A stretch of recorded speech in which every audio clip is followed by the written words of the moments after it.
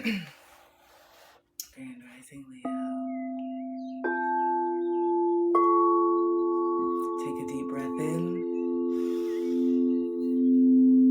Exhale.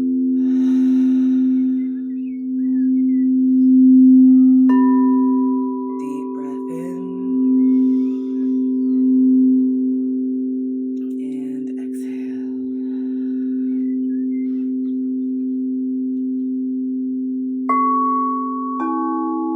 Grand Rising.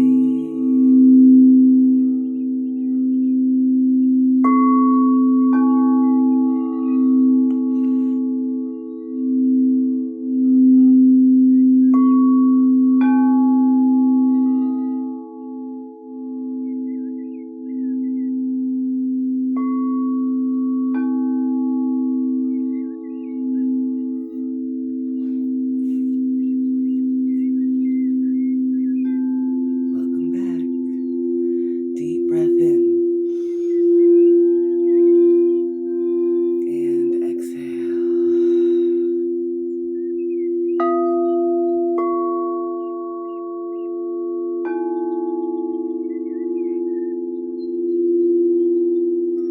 If you're able to, close your eyes. If you're still in bed, you can stay lying down. Or if you want to sit up and start waking up a little bit, go ahead and sit up. If you're getting ready for work, just listen to the frequencies and repeat some positive affirmations for your day. How do you want your day to go? How do you want your day to start? So many of us have surrendered to our mind controlling us. And so we have racing thoughts and we ruminate on things instead of doing what we need to do to stop ruminating about it. Usually when you're ruminating about something, it's because you need to speak your truth or set a boundary or something's not working. And so if you want to have more power and control over your day, you have to know that you are in control of your mind. And we let things crumble. We make us crumble when they don't have to. So let's start the day off with some mindful breathing, continuing our education on emotional regulation and how to regulate our nervous systems, because we know that not being able to control our emotions is a big part of why we feel insecure, especially in relationships. So let's start making better decisions by allowing ourselves the space to make better decisions. Deep breath in.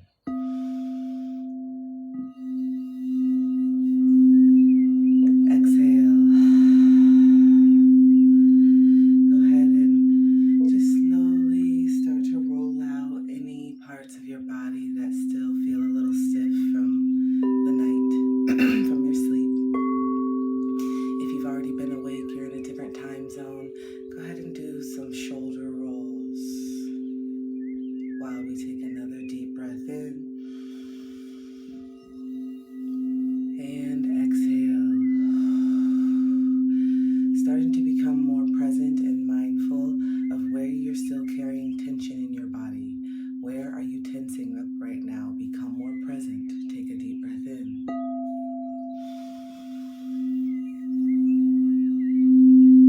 Exhale. Deep breath in.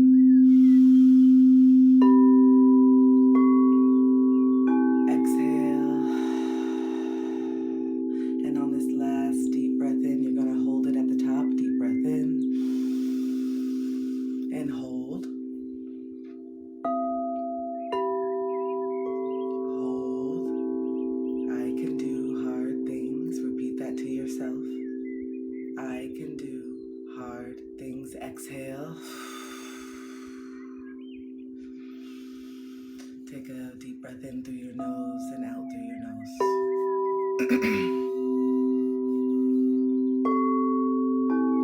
Just those few deep breaths can bring you back to the present moment, because when we have our triggers, just those few deep grounding breaths can bring you back to the present moment.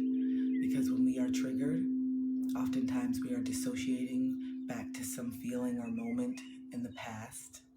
And that's why oftentimes our reactions seem much bigger than what's really happening. And we black out and we spiral and we say things that we don't mean because we're trying to protect ourselves. And we do things that we don't really want to do because we're trying to protect ourselves. And then we end up feeling shame or getting in trouble or losing our freedom or even worse. All because we did not know how to cope with emotions. You don't want to be getting in trouble or doing something anymore over your emotions. It's not worth it. It's not worth it to make an emotional decision. You know this. So let's continue. Deep breath in.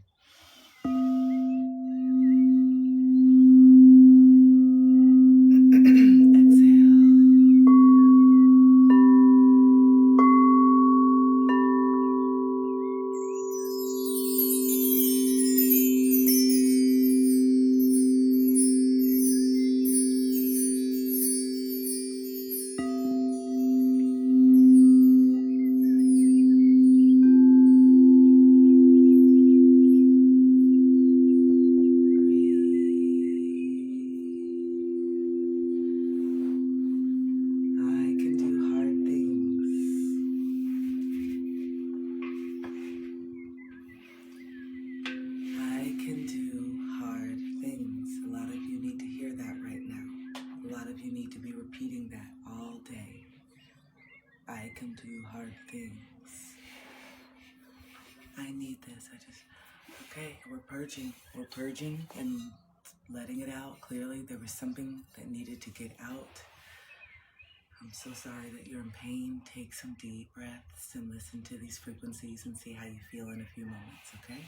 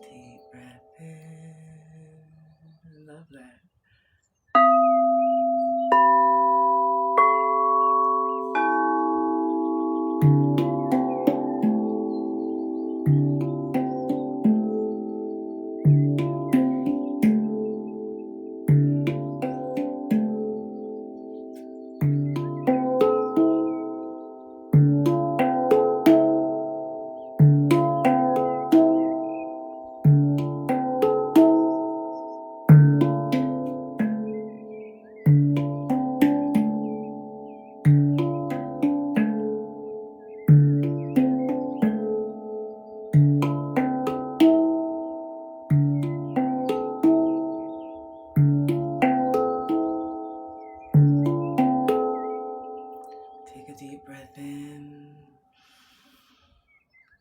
and exhale. I want you to think about an intention that you want to set for today. Thank you. I appreciate you, Angel. I want you to think about an intention. What is an intention that you want to set? What is a mantra? How do you want to set the tone?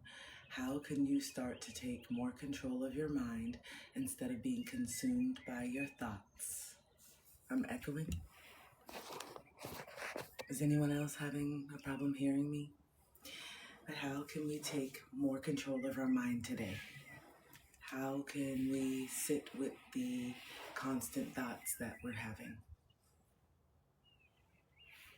So I want you to sit with that intention.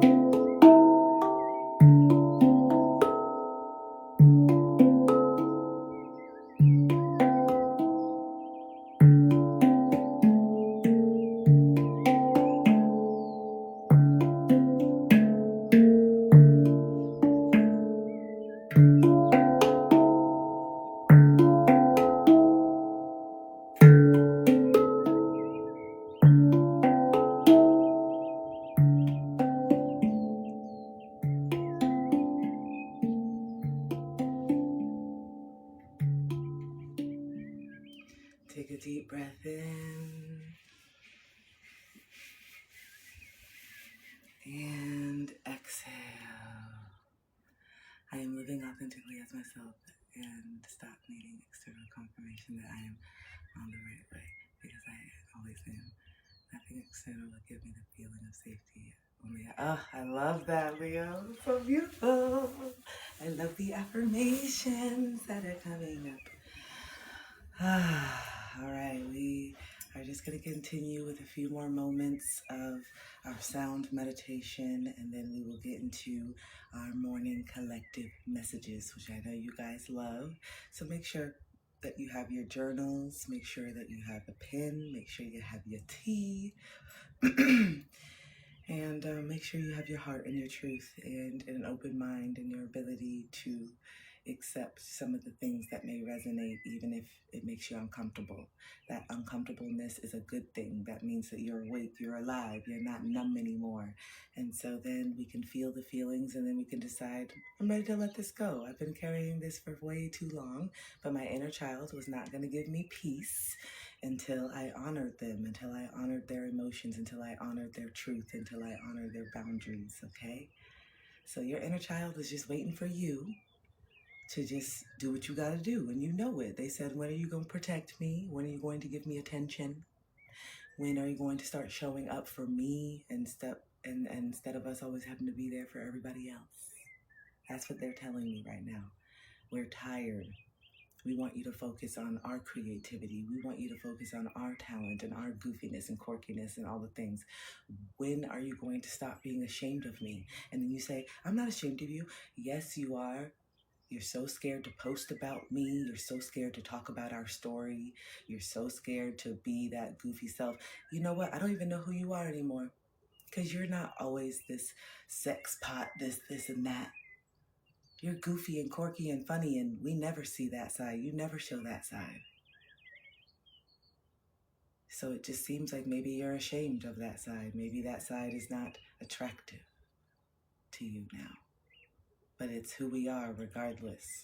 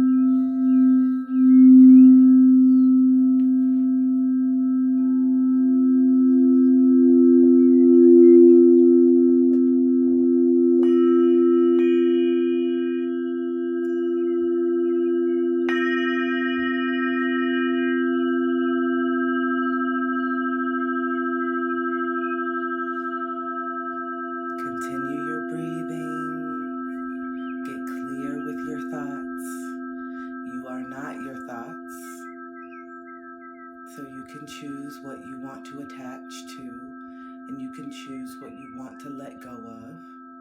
And I know some of you feel like you can't choose because we are still allowing our mind to control us instead of getting honest. The more that you can be honest with yourself, the quieter your mind will be. Your mind is looking for truth. Your mind is looking for resolutions. Your mind is looking for solutions. Your mind is looking for reconciliation. That's why you're constantly ruminating and thinking. And so give it the reconciliation. But you can't have reconciliation without truth, and that's what you're scared of. That's what you're scared of. So don't say that you don't know why you don't have clarity. Don't say you don't know why you feel stuck. Don't say you don't know why you feel stagnant. Sorry, one moment. Can you guys hear me? Put a heart in the chat if you guys can hear me well. Barely. You can. Some can, some can't. I just turned it up. Maybe it's your phone. Okay, so most people can hear me perfectly fine? Okay. Okay, but try Xing out of the app and then coming back in and then seeing if the volume is better then. Okay? Thank you. What was I saying? I don't know. Okay.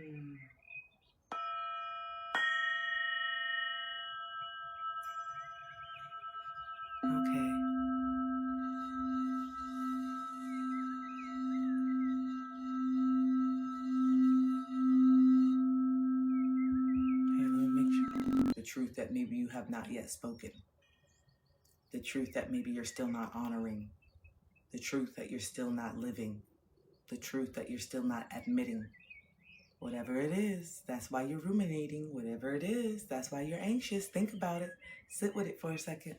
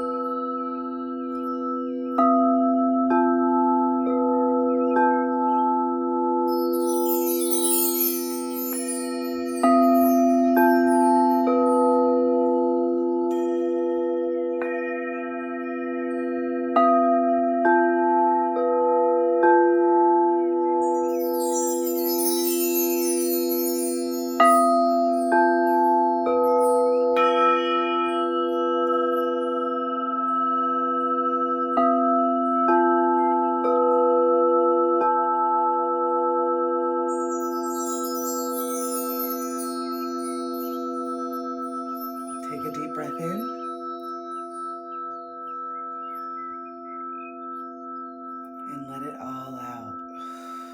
Relax your shoulders, relax your neck, relax your jaw. Take a deep breath in and let it all out. Relax your neck, relax your forehead. Stop being worried about how you look and how it's weird. We're going to do some humming now before we get into the guided messages. We need to open our throat chakras. I need to open my throat chakra. So let's end with 3 deep grounding breaths in, and on our exhale we're going to do a nice om or hum, and I want you to really allow the vibrations to take over. Feel it, be one with yourself, be present. Humming is a great way to open throat chakra. Humming is a great way to combat anxiety. So if you're starting to have a little panic attack at work, you're starting to feel overwhelmed, you can go into the bathroom, you can do it at your desk. I hope that you do it at your desk and not feel like you have to hide these parts of yourself anymore. But sit at your desk, take those deep breaths in, and a deep hum. So we'll do it with the root chakra so we can have a lower octave. And let's do it. 3 deep grounding breaths with an exhale hum to close out this sound portion of today's coaching session. Let's go. Deep breath in.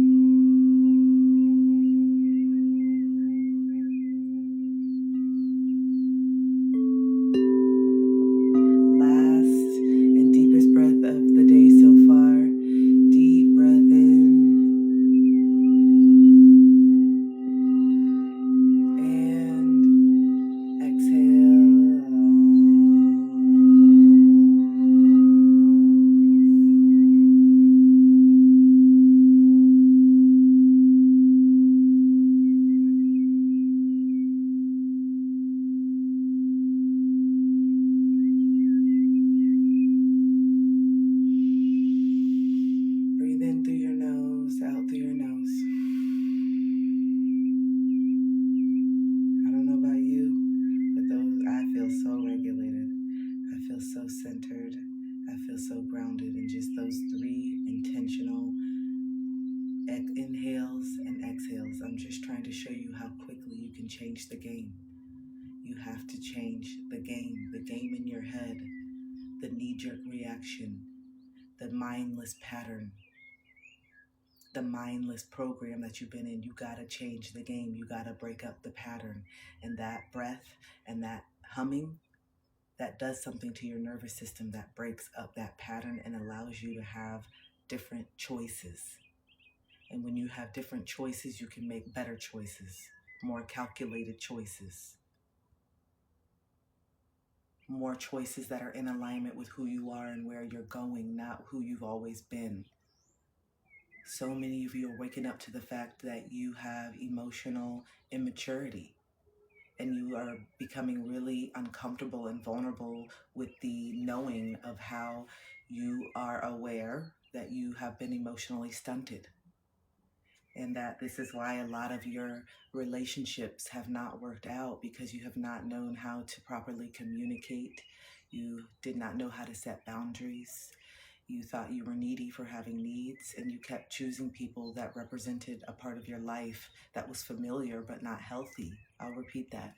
You kept choosing people that represented an aspect of your life that was familiar, not healthy.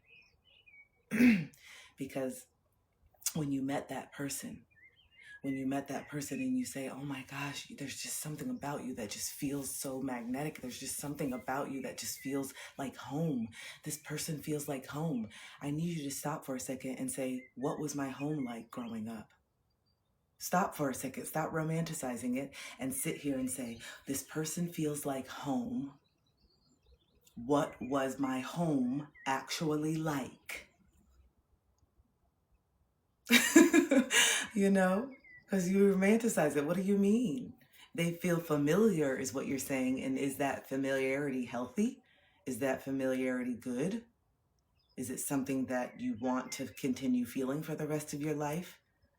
Unheard, unseen, misunderstood, emotionally unavailable, not safe, lies, manipulation, deceit,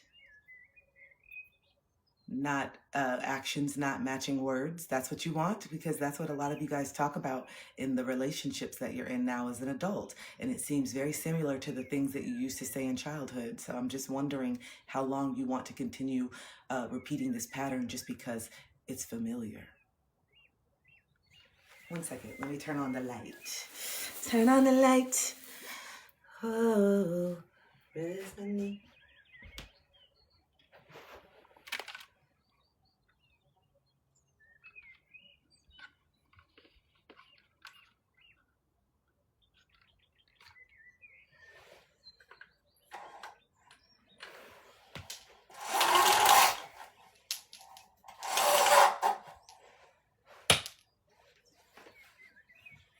Hello. Oh, it's chilly today. All right. Wow. Now you guys can see what I look like. Hello, this is your first live and you didn't know who was speaking and I was just talking from this darkness. This is what I look like. My name's Kristen. I go live Monday through Thursday, 6:30 a.m. Eastern to about 10 a.m. Eastern. And so if you know that you're going through the spiritual awakening. Obviously, if you're here, you're elevated, you're going, you wouldn't find me. If you weren't, I'd be speaking a different language. But the fact that you're resonating with it lets me know that you need to be here. And so I'm here for you. I offer one-on-one coaching. I do group therapy. We do workshops. We do all the things.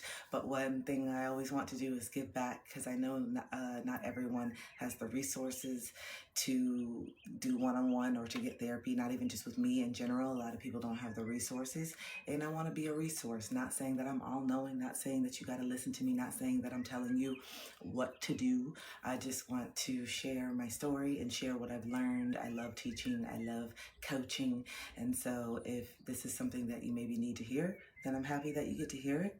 And I hope that you take advantage of it. And I hope that you know that I know that what I'm saying is very, very valuable. And some people spend many years trying to gain this wisdom and knowledge. And this is why I want to speed up that process for you. I don't want you to stay in the same relationships as long as I did. I know that you need the relationships because you got to have the toxicity, you got to wake up, you got to do it. But I just want to share to maybe help you not stay stuck so long in situations that are not serving you. Maybe not stay stuck in friendships, and start to know your worth and start to value yourself more, because the way that you've been showing up in these relationships really is showing me and showing other people and showing yourself that you really don't value yourself the way that you should. And it just seems like you value other people more than you value yourself, because it seems like you treat people better than you treat yourself. And I'm just trying to understand why. I'm just trying to understand why you don't deserve the same love and the same encouragement and the same support that you so willingly and effortlessly give other people. I think that you're waking up to the fact that your energy is starting to be spread thin. I think you're waking up to the fact that your tolerance is getting lower and lower, and that is a good thing, because you used to have a really high emotional pain tolerance.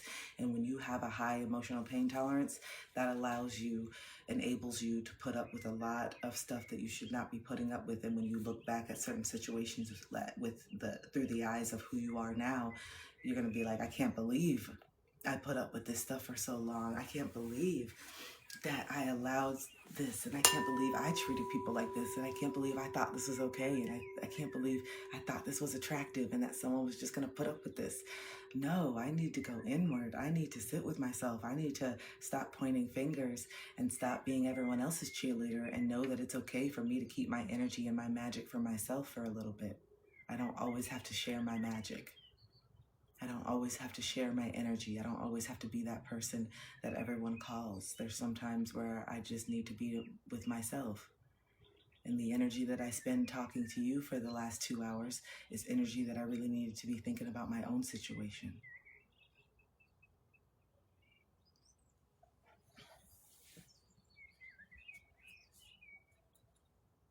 Yesterday was your last straw.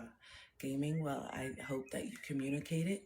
I hope that if you know that you have a pattern of avoidance and just cutting people off and ghosting people when you don't want to say uncomfortable things or do uncomfortable things, I hope that if you're aware that that's your pattern, I hope that you stand in your truth. I hope that you let people know how they impact you, because how will they grow if we're not honest with them? And I hope that you stand in your truth unapologetically. And I hope that you start to feel how your energy rises when you do what your intention, when you do what your intuition is telling you to do, which is honor yourself and take some space.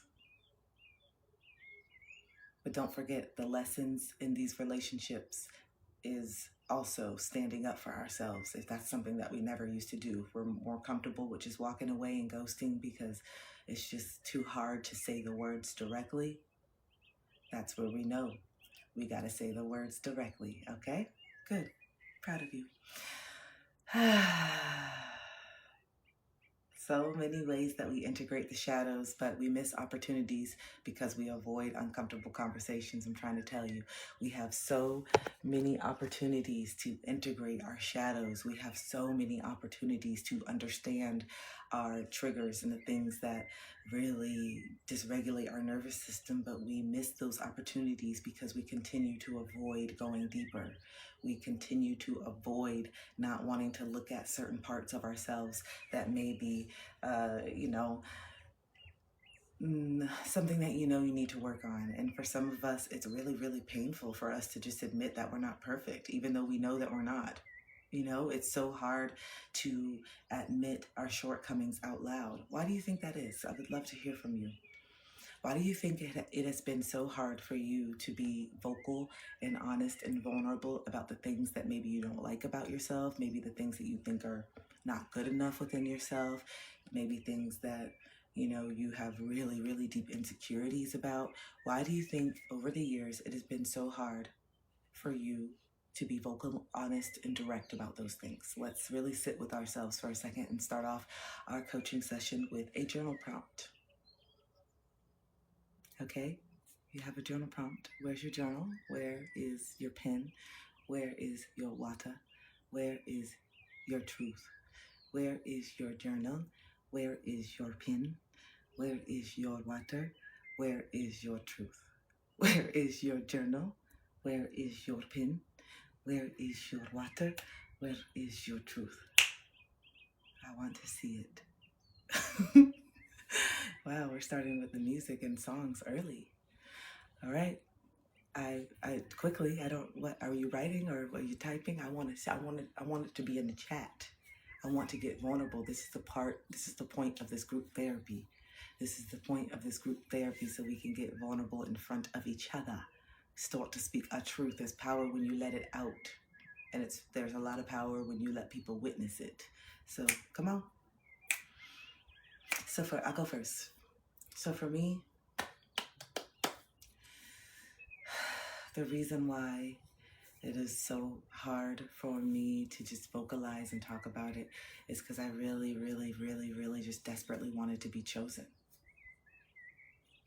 Like, I really wanted to be chosen, and I thought that I needed to be perfect in certain ways to be chosen.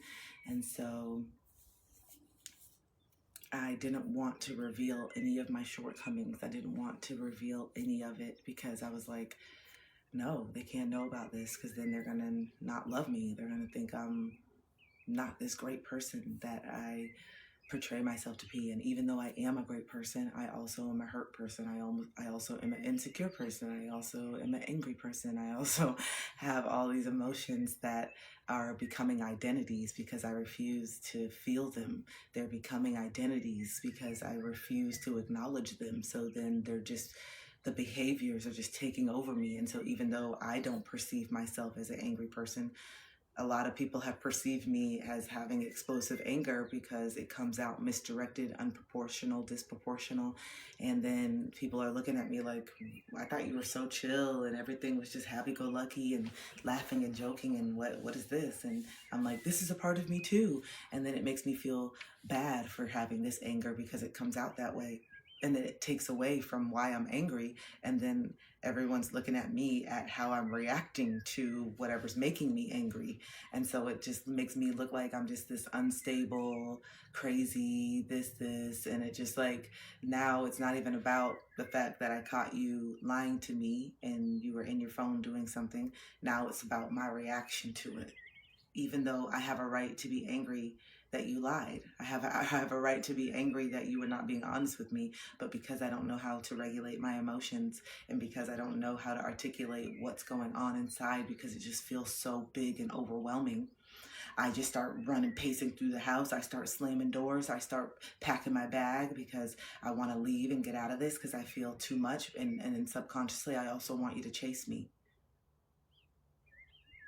I want you to chase me, and I want you to grab me and give me a hug while I just cry because I just really don't know how to control myself. And as an adult, I feel like I shouldn't be like this. Why am I like this? I hate being like this. I feel so stupid. I feel so out of control. I feel so just this and that. Thank you for being honest, guys. I love you. I see you. I see hello. I believe they'll turn the other way, that my shortcomings for some reason are a reflection of my worth. Yep. That is so beautiful and aware and profound. And the fact that you know that means that we can reprogram. Yeah, your honesty's not. Oh, thank you. Thank you. If you guys are just here, this is what I do 4 times a week. I've been doing this for like 3 years, and it's just gotten stronger and stronger, and I've just felt more and more connected to you guys because I feel more connected to myself. And so I've realized now consciously, the more that I do my own work, the more that I can really, really deeply help people do their own on a level that I've never had in therapy. Not saying that there aren't therapists that are really getting deeper into the spirituality, but I think that the spiritual aspect and also the therapist really going deep and making sure they're continuing their own work is essential in being able to really deeply relate and understand your client. I think that the reason that I feel like I'm such a great life coach, and I'm not just tooting my own horn, but I really am being for real because I'm someone who's done traditional therapy and all these different things. I see what I was missing, and it was just that relatability. And I think, that's the reason why I wasn't guided in high school to go straight to go to college and go to be a psychologist. And psychologists that I've talked to that have heard my content, that have worked with me, literally tell me, I'm glad that you didn't go the route of going to school. It would have ruined your mind. There's so many things that like we've awakened to now in the mental health space that we were conditioned to not really help people the way that they needed to be helped, and to like keep the money and not really help them get to the answers. And after talking to hundreds of you over the last 3 years and coaching hundreds of you, I was always like, well, if you're in therapy right now, I ask a question on my questionnaire, are you in therapy currently? And a lot of you would say yes. And then you would get into my session and there'd be something that we would talk about in 5 minutes. You'd be like, oh my gosh, I've been in therapy for 5 years. And we didn't get to that. And so I think coming from a place of really wanting someone to understand and get to the answer and not have to like drag it on is really impactful. And the fact that I've really sat in my own work and my own shadows, it really allows me to see you guys from a different perspective. And some of you get uncomfortable at first, but some of you just start releasing immediately. And it's so beautiful because it just shows how much you just needed to be witnessed. Because oftentimes I'm not telling you anything that you don't already know within yourself. Sometimes you just need someone to say it out loud. Sometimes you just need someone to hold your hand while you say it out loud. Sometimes you just need someone to say it for you. It's true.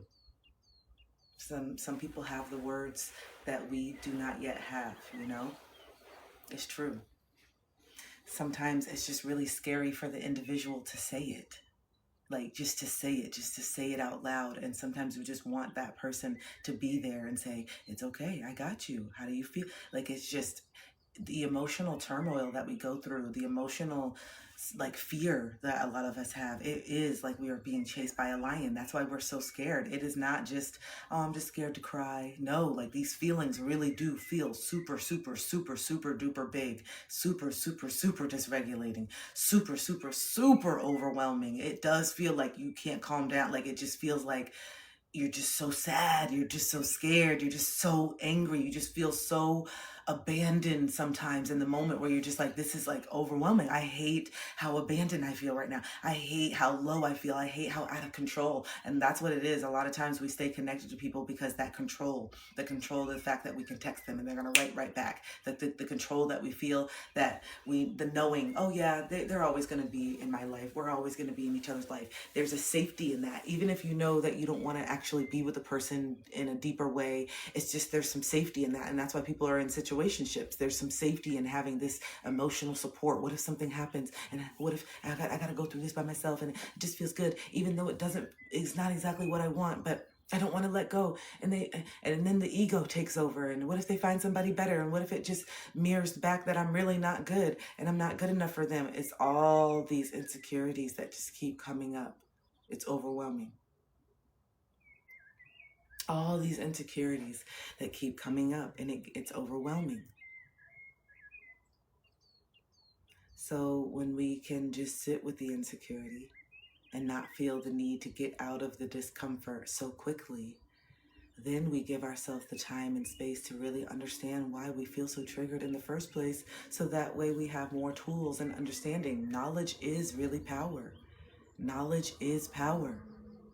So I would always get so triggered when someone would allude to wanting to break up with me, or just maybe this isn't working out, or space. Anytime when someone would have that conversation, I would immediately start feeling dysregulated. Sometimes I would start begging immediately, no, don't do this, like what? And it was just like, wow, is this who I really want to be? I want to do this. When someone's telling me their honest truth, when someone's telling me, hey, I don't feel like you're the one for me, the person that I want to be is someone who begs them. The person that I want to be is someone who jumps through hoops and maybe changes my look, or starts behaving a certain way, or starts doing something that I really don't want to do, like being more intimate or something, or whatever. That's the person that I want to be when I'm in a relationship. You know what I'm saying? Hi, Robin. I love you. I didn't know you were in here. I love you, Mom. My mom's in here. That's it. Okay. So anyway, yeah, like how ADHD, Robin, I lost my train of thought. I got so excited. And what was you talking about? What was you saying, Robin? What was you saying? You gotta catch me up. I lost my train of thought. Damn. I lost my train of thought. Robin! You should be on my porch right now. What was I saying, y'all? You know I'm neurodivergent, and half of y'all are neurodivergent too, so you're supposed to be keeping up with me. You're not supposed to be getting lost with me too. You're supposed to be keeping tabs and writing things down. So I know we've been through there several times. Damn. Maybe we just need a break. Maybe Robin just broke it up. We was getting too much. Let me just take a break for a second. Hold on. Stop laughing at Low 2.0. You're not telling me nothing. You're just laughing at it. I need you to give me answers. Low, give me answers. Wait. I feel like it was good. But no, this is it. But you know what? This is it. This is it. This is it. It shows you how we can be in that moment, and we can be on the verge of tears, and it can be heavy, and we can be so upset. But then in the blink of an eye, we can be laughing and joking, even though we were just talking about the deepest thing. It just shows you that you don't have to be scared of your emotions. They're ever changing and ever flowing.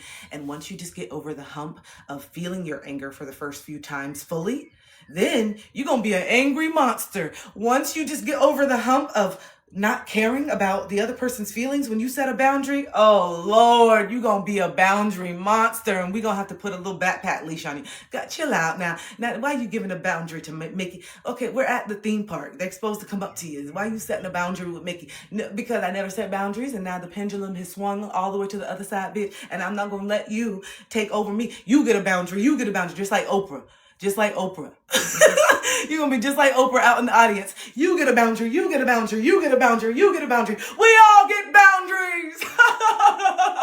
And then I'm going to say, calm down, because damn, I can't even do nothing. Okay. And then you're going to realize, okay, all right, like I need to chill. But it's good. I need you to be like that because I need you to be so in shock. I need you to be so incredibly in shock of how much you let people get away with. Okay. I need you to just be sitting there, just like, I need you to have those moments when you're on the porch and you're just sitting there vibing and all of a sudden you go off and you think about a moment, you know, spirit just takes you down a little thing and you're just like this.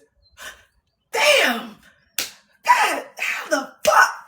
How the fuck did I ever let that shit? Ooh, that would never. And then you all of a sudden you just get mad over again in the anger. You're like, oh, there you go. There was still some anger left. I just let it out. And see, look, it's a sacred space.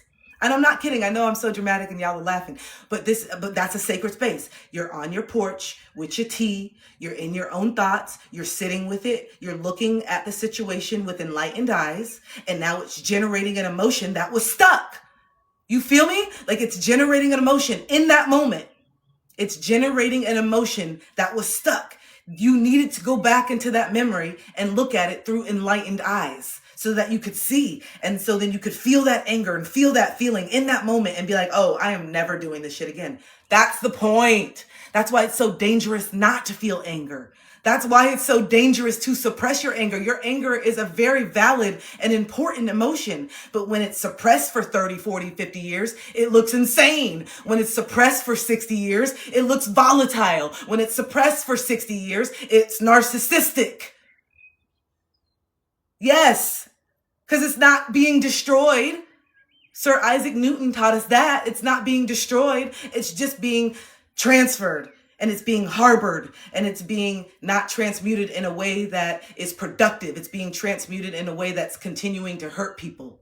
The ripple effect of your energy is not just positive. People always say, oh, one light lights another and then it's a ripple effect. Well, so is the negative energy, bitch. Why don't we even talk about that? What's that one? What's the one light touches another and it's a ripple effect? Yeah, and one sandstorm, one quicksand can sink your ass. Okay, it can sink us all, bitch, if you don't have your own mind. Okay, there's always duality to everything. So when everything that you hear in the light, flip it over to the dark. Okay, all right. You can drink too much water. Okay, I remember I heard somebody they drink too much water and drown. I said, God, not even water's safe. Yes, too much of anything is too much. Okay, I didn't know that. I remember some lady who guzzled one of those gallon things in the 90s. She like guzzled one of those big water machines and then she like drowned. I was like, what? You can drink too much? I thought you was good. Just keep drinking. Didn't even know. Too much of anything, even what we need to survive, is too much. Can be too much. You have to have balance. And I think a lot of us in this season are waking up to the fact that we like a little shadow. I don't want to be all in the light. Sometimes I want to make the decision to black out. All right. Sometimes I want to make the decision to do that. Okay. I don't want to be all in the light now. Hello. How you doing? No, sometimes I'm going to make a conscious decision to black out, bitch. Okay. I'm going to make a conscious decision to take it and pop it and roll it. I'm going to Miami and I'm going to do it. I'm going to Miami and I'm going to do it. And I know what it is and I know what it is. Okay. I'm making a conscious decision to do it. Okay, so we need that balance, okay, because you know that all or nothing shit, you got to heal that extremes, okay? It's too much. 1 minute you're superior, 1 minute on the phone you're superior. You cannot be doing that. Love and light now, okay? I can't do this, love and light and this and this. And then 2 days later, they catch you on a bad day in that road rage. Hurry up, god damn it, motherfucker. That's just like you. Stop acting like that pastor. Stop acting like the pastor on Sunday when you do this and then on Monday, Tuesday. Stop acting like it. You're going to be just like the pastor if you can't admit the duality. That's what you see what I'm trying to say? You're just like the pastor if you can't admit the duality within yourself. You're just like that crooked pastor. You feel me? If you just want to show this all the time on the camera and then in real life you don't have no integrity on how you treat people because no one's watching, you're just like the crooked pastor. We are all ministers, I believe. We are all messengers. We all have the ability to speak this word and whatever it is, whatever terminology you want to use. I think that we're all responsible, not just some chosen one. We all have the power. We all are capable. Just some of us tap in and some of us don't. Some of us are aware and some of us are not. And some of us make conscious choices to live in our darkness with pride. As you can see in this country, every single day, people make conscious choices and they are proud to stand in their darkness. And that's something that I really had to wake up to, that not everybody's just sitting here, I don't know, I'm just lost. No, some people know the truth. They know that it's wrong. They know right from wrong, and they are choosing wrong. Just like I chose to go to Miami.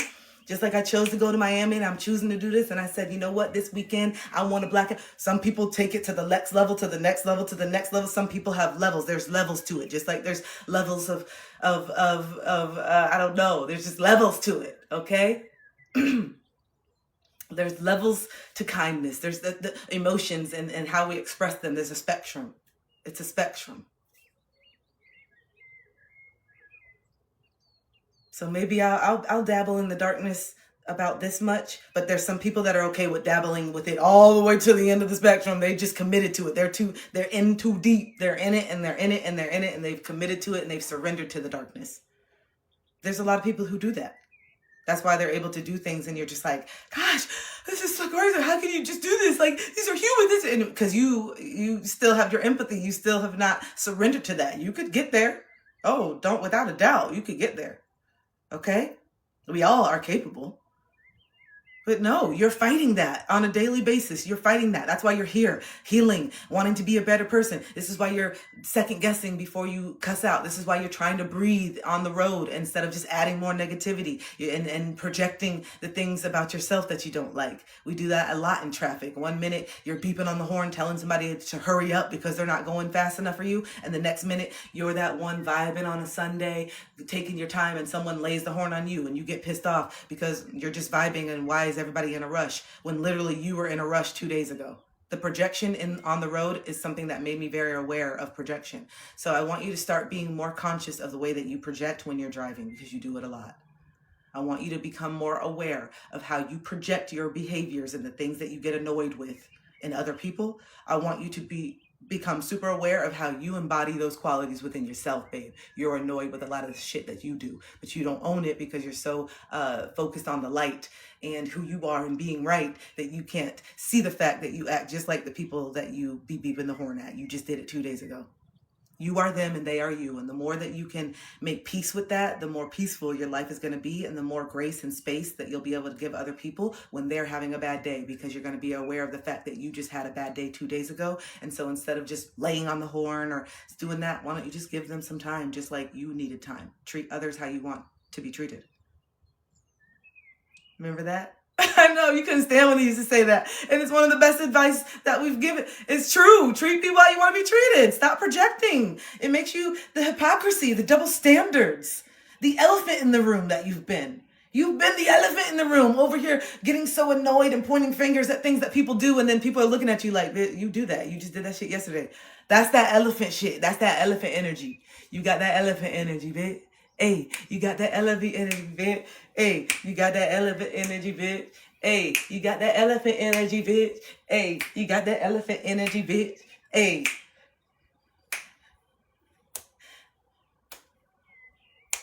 You do. You do. Because you do the same thing with your parents. I want you to peep it. You do the same thing with your parents. And I hear it on the phone, and I hear it. It's, oh my gosh. I hear my mom be like, oh my gosh. She don't talk like that. I don't know why. That's a mom voice. I don't know.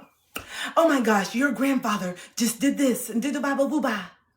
Something with this. He didn't even do this. And I just be on the phone like, what? This is literally you. What? Yeah, he just did this. Your grandfather did that. And I'm just like, who's going to tell her? That's an elephant moment. You got an elephant moment. We got an elephant moment. She got an elephant moment. We got an elephant moment. She got an elephant moment. Elephant moment. Elephant moment. Elephant moment. But see, the version of me in the past used to want to appease my mother. The version of me in the past wanted to connect with her in any way possible because I felt very disconnected from her. So even though I was aware of these things when I was really young, how she acted and stuff like that, if she were to call me with that same conversation, who I was back then would be like, oh my gosh, I can't believe Grandpa, Mom, like, it's just crazy. Like, he just always does it, because I would do anything to connect with her. So I'm going to appease her. I'm not going to call her out on it. I don't feel brave enough. She probably will cuss me out or something, or say I'm being disrespectful anyway. So I'm just going to let it slide, let it slide, let it slide, let it slide, let it slide, let it slide, let it slide, let it slide, let it slide. And then I woke up and said, letting it slide is not helping my mother. Letting it slide is not helping our relationship. It makes me resentful. I don't want to call and gossip all the time. I hate that this is the only way that we connect. I really would love if she would call me and just ask how I'm doing sometimes. And so then I had to say, well, maybe she's not aware that she's doing this. And I've allowed her to do this for like 30 plus years. And so why don't I just say it? And I don't have to come from a place of resentment and anger. The resentment is because of my inability to tell her that this bothers me. So she doesn't deserve for me to pop up on her if I've never even told her this. Now, after if I set a boundary and she keeps going, then yeah, I may get annoyed. But the annoyance is not with my mother. It's because I've never told her how I felt. And well, I guess other times I've tried to tell her and she shut me down. So it's both of us. It's both of us. It takes two to tango.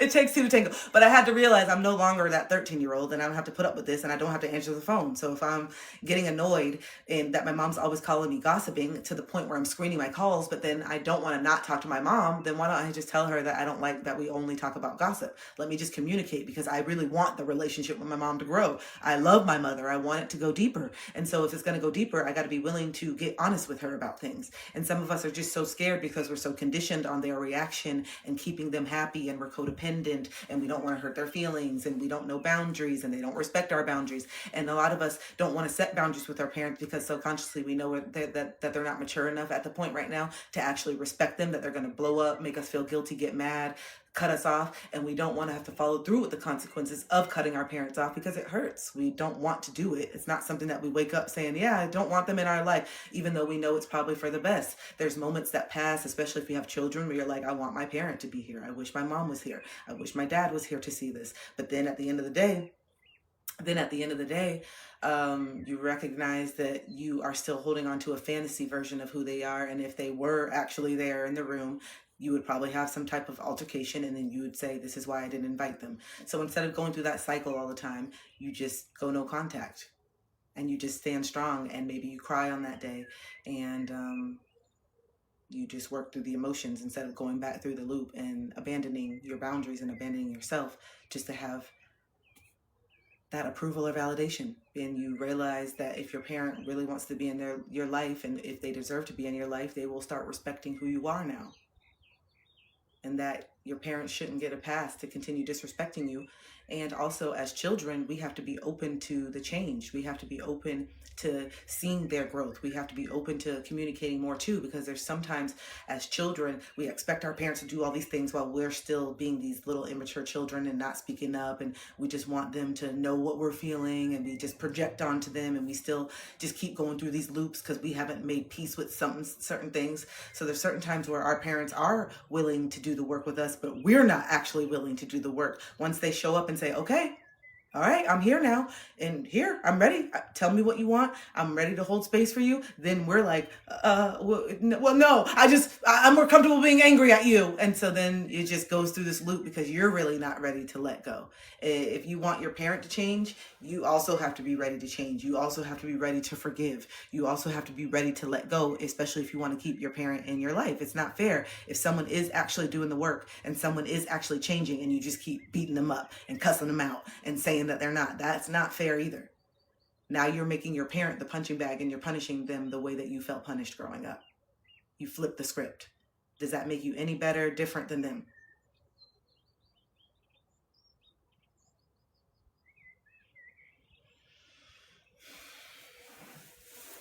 Let me stretch out my leg.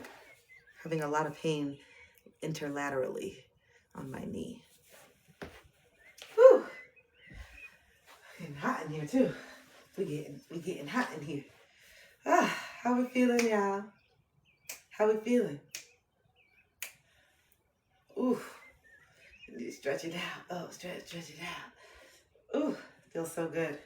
This is time for a inner child break.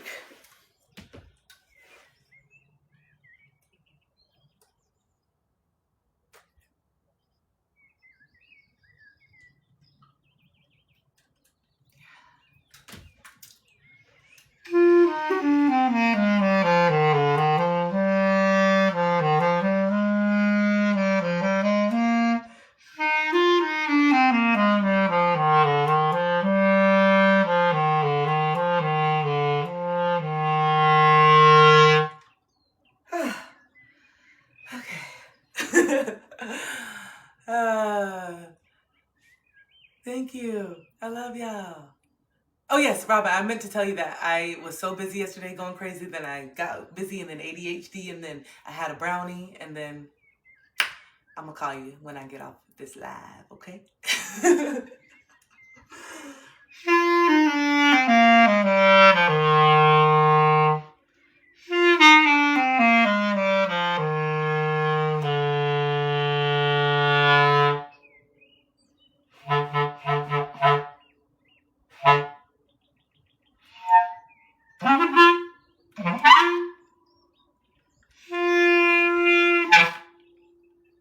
It's so fun. Damn, I see how they make cartoons like this. I could play that back in the day. I see how the cartoons used to be played with the instruments. That's so easy. Like, that's so fun. Let me be a cartoon.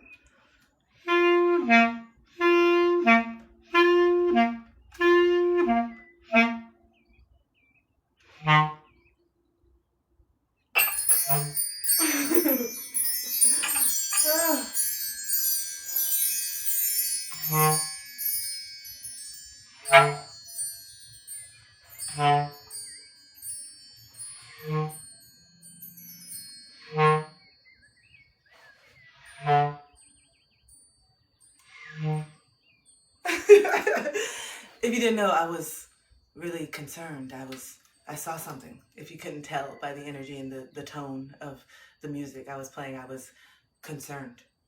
I was concerned. Okay? But it turned out to be nothing.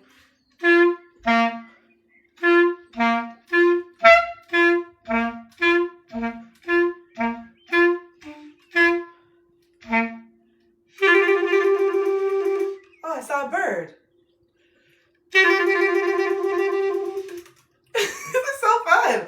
Oh my God. I need to do this. I need to do this. Okay? Ooh. Let me stretch out my leg. Yo, this is so fun. I love it.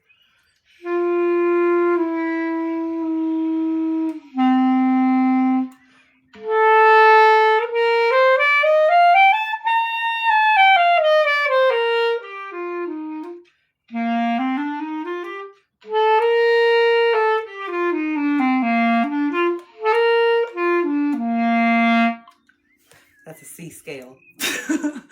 Okay. Anyway, thanks for having that little inner child moment with me. That felt really good. That was fun.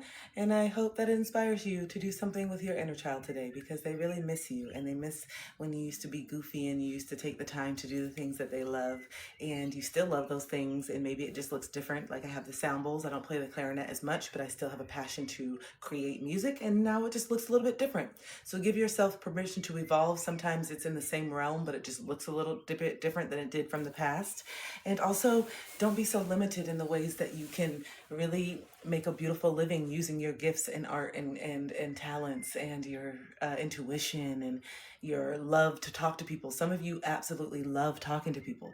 You love it. You look for it. You like love it when you love being that friend that has the advice. You always have the great advice, and like it's just crazy. Like you always say things that people need to hear, and that is not just a coincidence. That is your gift, okay? And you need to start acting like it. Start acting like it. You don't even like what you're doing for a living. So why don't you just try something? Bet on yourself. This is the time. This is the life. You're alive. You're living. YOLO. For real. You only live. Like, this is the time to try that business. This is the time to go for it. This is the time to say, you know what? I want to be a marathon runner. This is the time to say, you know what? I want to start hiking like, do it. This is your life. And I'm not going to let the current state of the world stop me, because that's exactly the energy they want me to be in. They want us to be in. I'm going to still rise. I'm going to have my days because it's hard. I'm telling you, I'm fighting it every single day, just being like, fuck it. What am I even doing? What's the point? Look at this, everything. There's no, everything's chaotic here. Like, what the fuck? It doesn't even matter. Of course. And that's exactly where they want my mind to be. So no, I have to stay focused. I have to keep delivering these messages. I have to keep trying, at least, even if we fail. At least I tried. I'm definitely going to fail if I just sit here and do nothing. So I'm going to try as hard as I can. And the days that it gets hard and the days that I want to give up, I've curated amazing support system around me of people that genuinely want to see me win, that genuinely love me. And they won't let me. My family, they won't let me.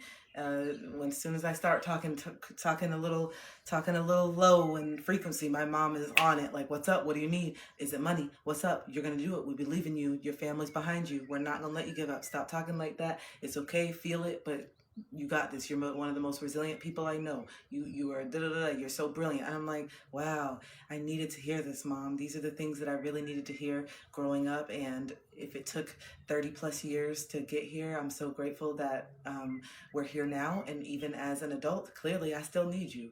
Even as an adult, clearly I still need my mom. I still need her encouragement. I still need her support. I still need to know that she believes in me. And it matters, but I'm going to do it regardless. But it really helps knowing that she does. And so just sharing that to let you know that you may be in a place where you can't even fathom that type of relationship with your mother right now, because I was definitely in that place. But if the more that you heal, the more that you change, the more that you grow up and mature and stop expecting your mom to do the same thing and then getting upset when she can't show up, that's literally setting her up to fail. Accept your parents for where they're at. And I'm not saying tolerate their behavior. This is where you got to start setting boundaries. This is where you have to start saying no. This is where you have to start protecting your peace. You got to be a part of this too. You expect them to change, but you're not changing. Do you want to heal this relationship and move forward? Then we're going to have to work on that forgiveness. We're going to have to work on seeing them for who they are now and not holding them, defining them. You said that you don't want to be defined by certain things from your past, but you're defining your parents from the past. And if you see them actively doing the work, give them time. It's hard. They've been in it double the time as you, these bad toxic behaviors. So it's going to take them some time to unlearn things from like generations. And by you having grace and seeing them, and instead of getting mad and talking about yourself, because sometimes it gets really selfish. It's always about what they're doing, not for you. And what about me? And I'm the child. Okay, you're an adult now too, though. And you can hold space and ask questions too and help them out. The way that you hold space and talk to strangers for hours. I know that you have more pain and it feels more hurtful with your parents, and some of you have resentment that you're having to hold space for parents that never held space for you. But if you have the capacity and if you have the awareness, why would you withhold your love just because they didn't you there back then? That's not who you are. Why would you purposely withhold your love just because, well, they didn't show up for me? Okay, but that's not what it's not tit for tat. That's not who you are. That's not your character, and you know it. And so, yeah, if we're able to show up and ask questions, it really felt good for me to be able to put some of my stuff aside sometimes when I would be with my mom, and because I see that she's trying, and I'm saying I see that she's trying. It's different. My dad never wanted to try, so I had to approach him way differently. But when you have a parent that is really trying, and you can see the discomfort, you're aware, you're in tune, it's your parent, you know them probably better than they know themselves at certain points. Like it feels like it, because you've seen these insecurities in them for a long time. You've seen this anger and this pain in them for a long time, and some of them have shared stories with you.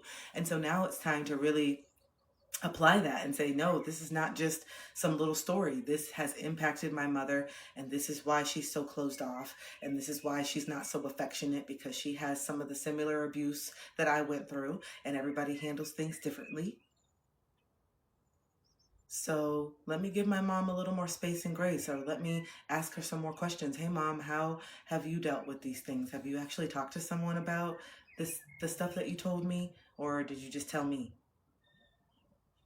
Because validate them. It feels good. Validate them, because just after sitting with my own stuff, and certain things that I've been through, just now I'm starting to remember some of the stories that you told me growing up, Mom. And I really think that you need to talk to somebody. That is really painful what you've been through. It's so hurtful. Like, of course, I can understand why you didn't like to give a lot of hugs and kisses. You literally told me that you never had that growing up. No one ever picked you up. People just left you in the crib crying, and your mom gave you to granddaddy at 7 months, and then your mom was just gone. So now knowing that and actually sitting with the impact of what that really means, that's not just a story. That is you telling me without telling me why you can't give me the hugs and kisses. You're telling me without telling me why you're not as affectionate. You're telling me without telling me that you don't have the tools. And for a long time, I've just been okay with it and just made you feel comfortable with who you are. But I also know that you have the capability to heal, and I know that you have the capability to be more loving. I see it. So just want to let you know that I see you, Mom, and that it's okay if you don't want to be lovey-dovey. I understand it now, but I know that you show your love in other ways. Those were some of the conversations that I had with my mom to just really heal and say, you know what, I don't want to fight you anymore. I want to be able to put my pride aside too and say certain things too. And some of us are just so stuck in our ego, and we're so stuck in our pain, and we're so stuck in our hurt, that it's not until our parents are gone that we start to realize certain things that we did love about them and that they did do well, and the ways that they did break cycles in their own little way, even if our childhood was really tumultuous. When you really sit and actually look at things, look at your grandparents, look at how your parents were raised, look how you were raised, even if it wasn't the best, even though it still may have been painful, there were little things and little shifts and little ways that they broke cycles too. And they tried. And just like it's so easy for you to subconsciously do behavior and black out in your relationships, you have to know that like your parents are no different. Okay? So again, I think sometimes you're projecting the behavior that you exhibit right now while not, and then pointing fingers, your mom and this and this and that. But you don't want to acknowledge the fact that you're like that in relationships too. You just don't own it or talk about it. So you're the elephant in the room. You think no one sees it because you don't talk about it. But people see it. And just because you're just not looking, it's like you're standing out here. Like I'm standing here and I'm doing this. Oh, they can't see me.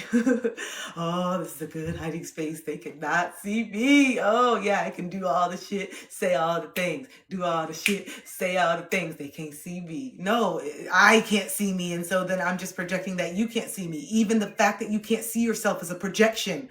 That's a projection in itself too. The fact that you can't see your behavior, the fact that you can't see the ways that you are literally perpetuating the same thing, the fact that you can't see it, that is a projection in itself. You can't see it, but you can see it in other people, and you don't like what you see. You can see it in other people, and you're very vocal that you don't like it. You're very vocal about the things that annoy you. You're very vocal about that. You can be borderline very judgmental about those things. But then when you sit and really sit back, I want you to write how many of those things that you get annoyed with and certain things within other people that just irk you. I want you to start becoming real hyper aware of how you do a lot of those things too. I promise.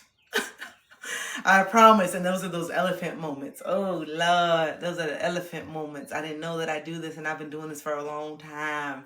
I've been acting like this for a while, and I used to always say this to people. I always used to talk this and talk that, and the person I'm really talking about is myself. But I just don't feel comfortable enough to admit that I don't like these things about myself, that these things are fucking annoying. But as you start to get more aware in your journey, and you start to feel these feelings, you start to see little things that people do trigger you really big. And then you start to see, oh my God, this is how I talk to people. Like for me, I don't like when people tell me what to do. I don't like when people tell me what to do, but that's not a good thing, because people should be able to tell me things and give me criticism. I'm working on it, but it really irks me. I notice it like just does something to me, even if they're right. And it's just something little like, oh, you shouldn't do this. Like you should do that. There's something in it. Like, I don't know. It just bothers me. And like, it's just like, and it's because I know where I get it from. I know where I get it from, but like, I'm trying to, wait, where was I going with this? Hold on. Where was I going with it? Hold on. Oh, yeah. And so I realized like, okay, I don't like this. And I'm starting to become aware of how it makes me feel. When someone corrects me or someone tells me what to do. But then I'm also hyper aware of how I give my unsolicited opinion a lot. I do. I give my unsolicited opinion, and not if I think you're doing something wrong way, if I think you're not doing it efficient. Oh, I won't even hesitate to tell somebody doing this, doing that. And so then I had to really sit with myself. I'm like, Kristen, this genuinely does bother you when someone is just like, and like giving you unsolicited advice or telling you this and telling you that. This genuinely bothers you. You feel it. You feel that it bothers you. But look how easy that you do it to other people, and not always just other people in the way I do it. Sometimes I'm doing it like really, like aggressively sometimes, and you should do this. And then, so I've had to become hyper aware. I'm like, if I don't like that, why do I easily do that to other people? Why do I feel the need to do that? And so that shadow work and being super hyper aware is very, very important and very, very conducive to you getting to the next level. Grand Rising, I hope yours is. Oh, Grand Rising, Brandon, hope yours is as well. It has been so far. But yes, so you have to really get super duper honest with yourself. And that's what I started to notice. I started to notice little things that really bothered me with people, where I'd be like, God, I can't stand that. I started to write those things down. I would write it down. I can't stand this. And then later on, when I had some moment to reflect, I really would sit there and say, okay, this is something that constantly, like, in my mind, even if I don't speak it to the person, I'm just like, ugh, this irks me. Do I do this?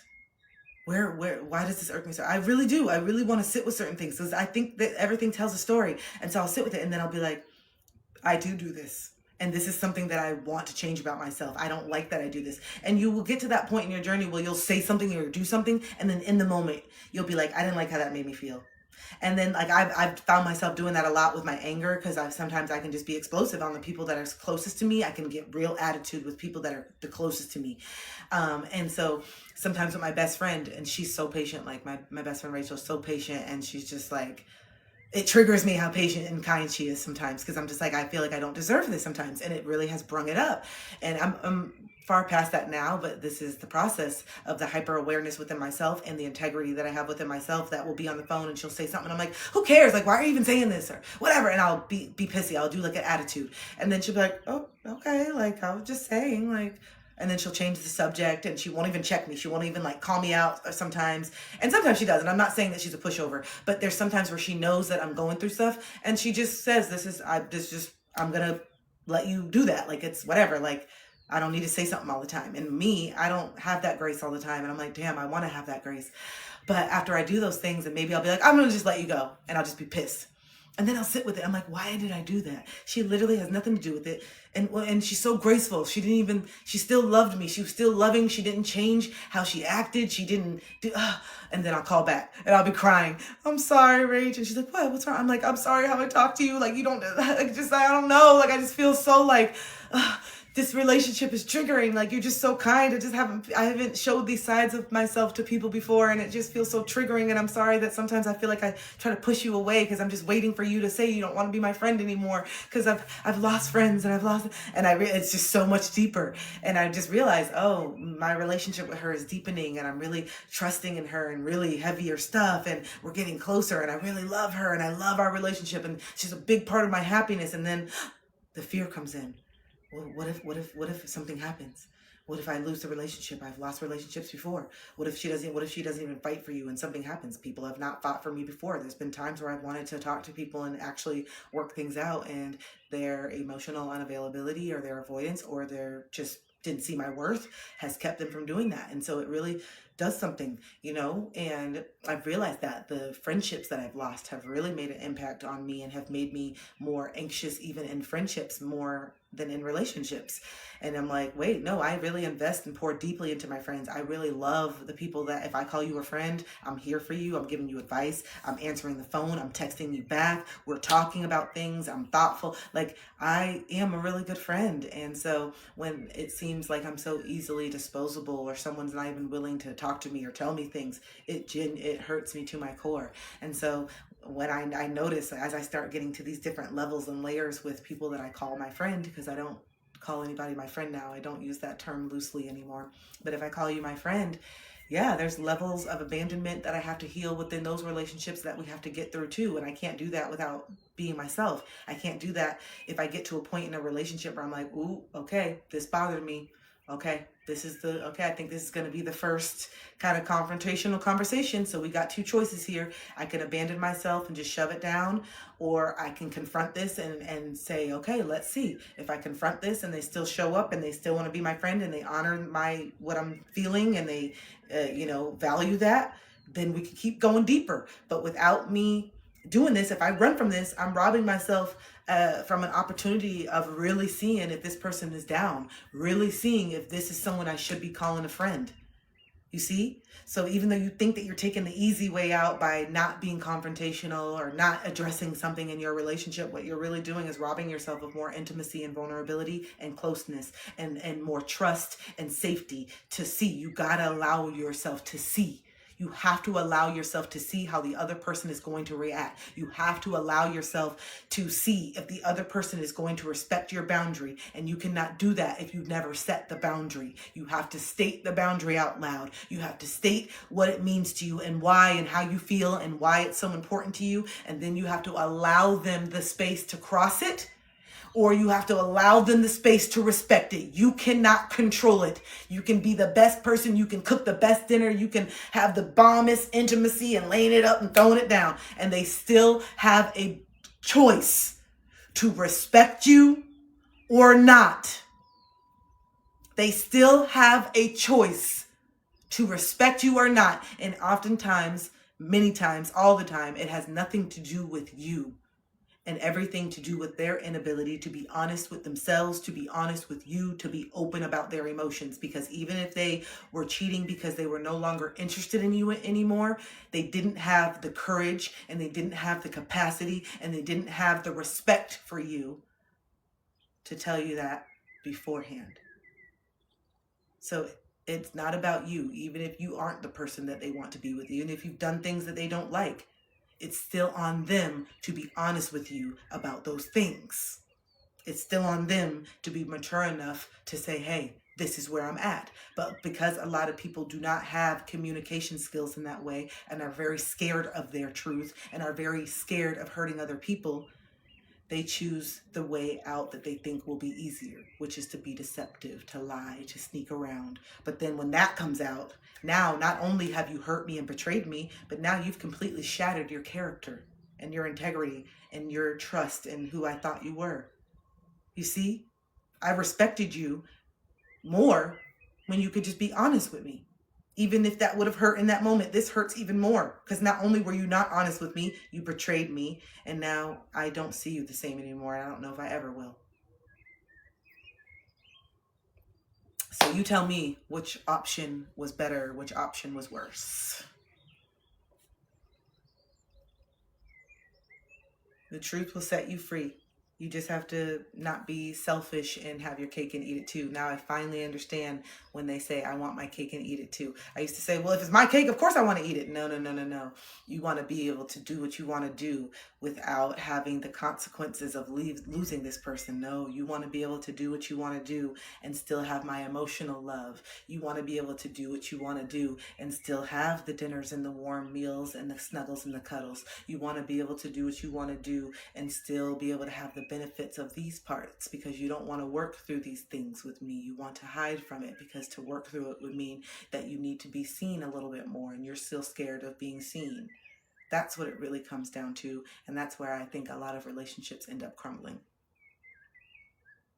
because they're scared to be truly seen, because there's parts of who they are that are ugly.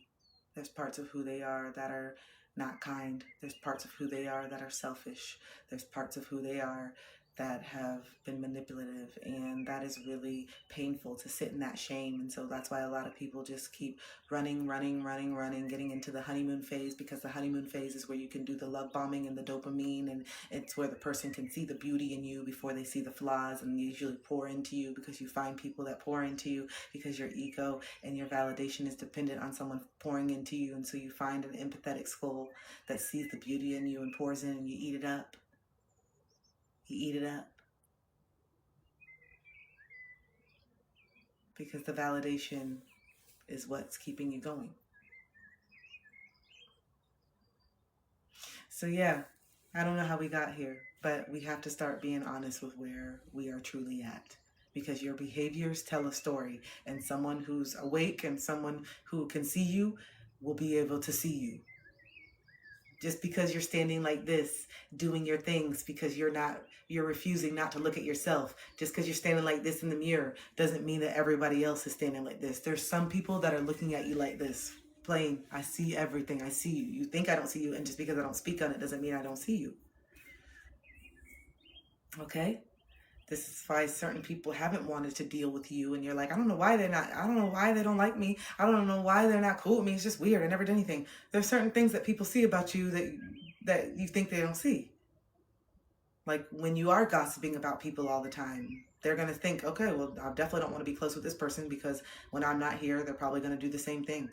about me. Those things speak to your character.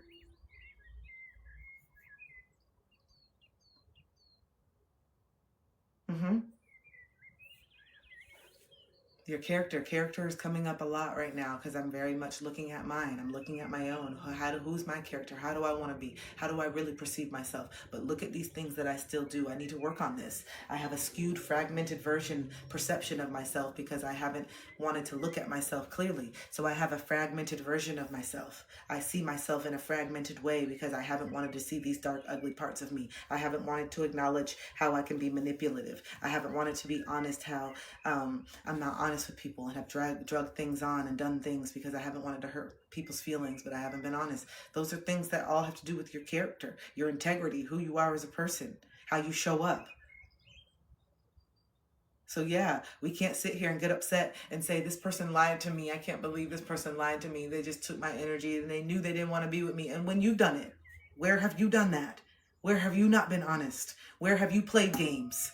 And now you're sitting here, now that you're ready to be serious and that karma's coming back and catching you.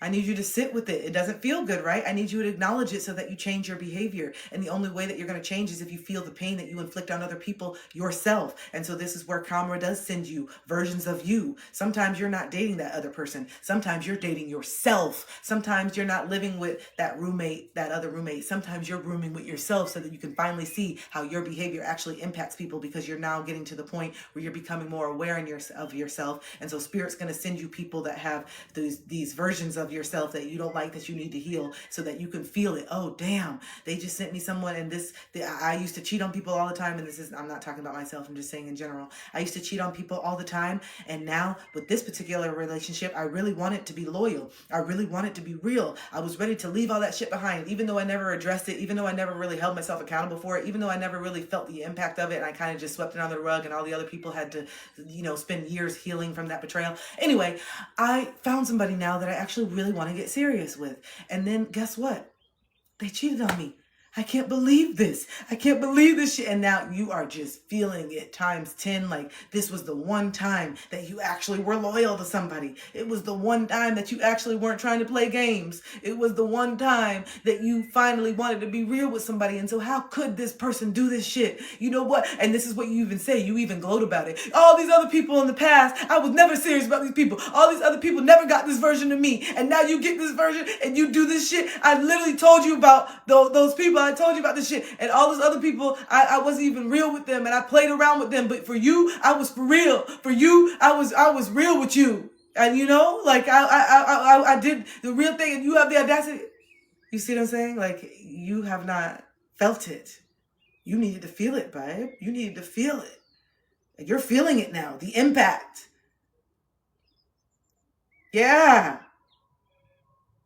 You're feeling the impact now. You don't like how it feels. So maybe these feelings will guide your decisions differently in the future. That's the point. Yeah, it doesn't feel good when you're all in. It doesn't feel good when you feel like you're doing it right and you're doing loyal and you're blindsided. It doesn't feel good when you do that stuff. It doesn't feel good. And so, yeah, maybe you've changed right now, but have you? Have you really sat in it? Do you really understand? Have you held yourself accountable?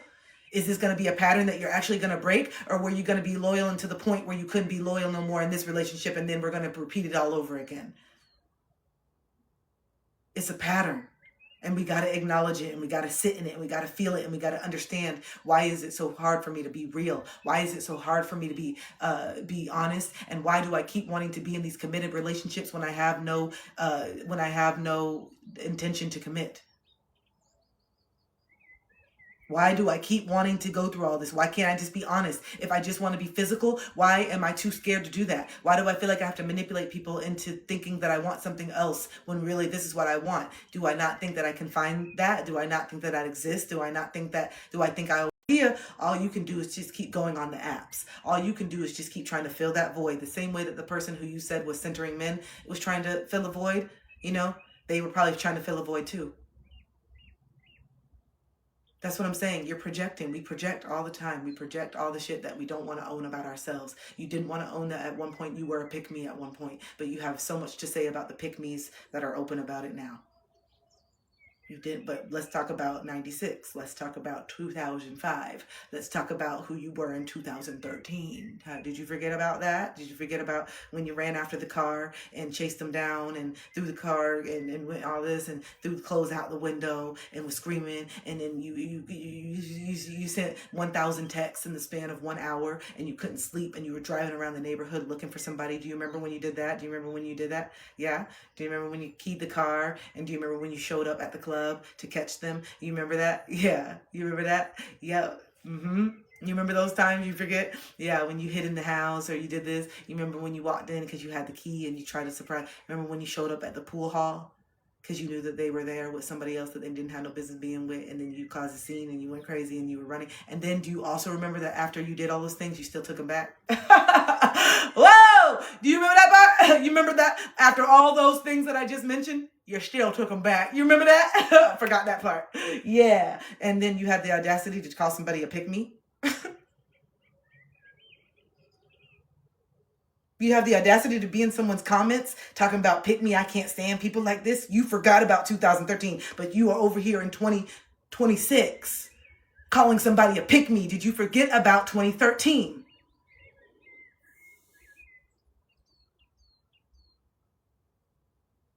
Did you forget about MySpace when you used to change your song to reflect how you felt because you didn't have the words? I'm single again, back on the prowl. I thought he was worth it. I don't know how. And now they're not in the top 1, but they're at the 7. That's how you used to communicate. Did you forget that? You remember that? Yeah, that was you. That was a version of you. So I need you to stop being almighty when you see people doing things that are really immature, because that used to be you. So give people the grace that you needed. Okay? You used to do that shit. You know it. Driving by, doing all things, checking up maps, locations, all of it. Driving up, going up to dinner, doing this, and then only to take them back. Only to do all this drama and extra just to take them back because you wanted to be chosen. And the fact that they were out here doing things crazy that they had no business doing and not being loyal to you just fueled the fire. Oh, you want her? Well, I'm going to make you want me more. You want her? I'm going to make you want me more. You want her? Well, I'm going to make you want me more. You want her? Well, I'm going to make you want me more. You want her? Well, I'm going to make you want me more. You want her? Well, I'm going to make you want me more. I'm going to make you want me more. You want her? Well, I'm going to make you want me more. That's what a lot of us did. That was the anthem, bitch. That was literally the anthem. Instead of the self-respect and saying, I'm worth more than this, you said, oh, bet. And then you ramped it up. And then you jumped through bigger hoops. And then you did things that you weren't proud of. And you tolerated shit that you're embarrassed about. Okay? I'm glad you forgive that version of you. I forgive that version of me too. I had to. Okay? It was crazy, but I can laugh about it now because I look back and I'm like, Chris, you really was hurt. Chris, you really wanted that validation, baby. You was hiding in closets at 3 a.m. and driving around neighborhoods. You really wanted that validation. You really wanted to be chosen. If you put that much effort into your music, you'd be Beethoven by now, bitch. Oh, Lord, that's what I had to tell myself. If I would have put that much effort into my music, I'd be Mozart. Okay? Because I put in effort just to catch somebody doing something just to not leave. I put in effort just to catch somebody in a lie, just to take them back the next day. I put a lot of effort in searching and scouring and looking for the messages and checking the phone just to say, I see you tomorrow. What we doing for dinner? So crazy. What was the point? Everybody even looking, you ain't gonna do nothing? What? You just like the pain. Damn, I didn't know how much. Why you even looking? You ain't gonna do shit. Just save yourself. You know, just save yourself, all right?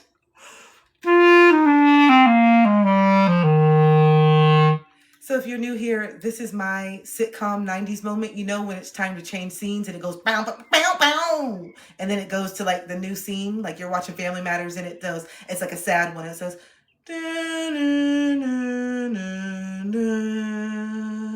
well, this is for mine.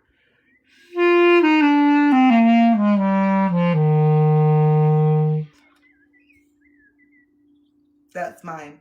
if it's a sad point. And then let's see, if it's a good point, that's going to be the one where it's like the next scene, but a high note. Okay. All right. So if I had a sitcom, that's what it would be. So now you know. All right. So it's giving a sign. It's giving air sign that I just need to know. Oh, I am a Sagittarius sun. I am a Leo moon. And I am a Virgo rising. But I love air signs. And I have Gemini. And what else? Do I have Aquarius? I don't think so. But I love air signs. I need them. They balance me out because I'll be getting too hot. And they're like, babe, just calm down. Y'all, just chill. Let me see for a second. I'm like, no. So I need the air signs. Y'all be helping me out. Mia, Family Matters did that a lot. And Saved by the Bell. I know.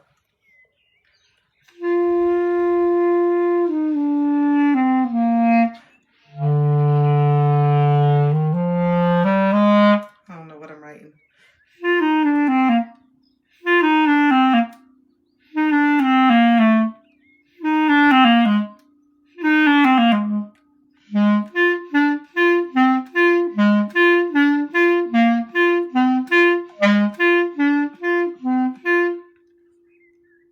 Damn, I see how they make these royalties. I can make these royalty-free beats. All these little like random lo-fi songs that they have. I can make that. I'm gonna start making these. What the hell? It's so easy. I feel like that was just a song that I just heard on like, you know, like those instrumentals and stuff that you can choose as background music.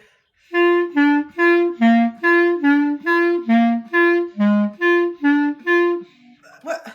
I'm about to make my own royalty-free music, okay? It's so easy. Yeah.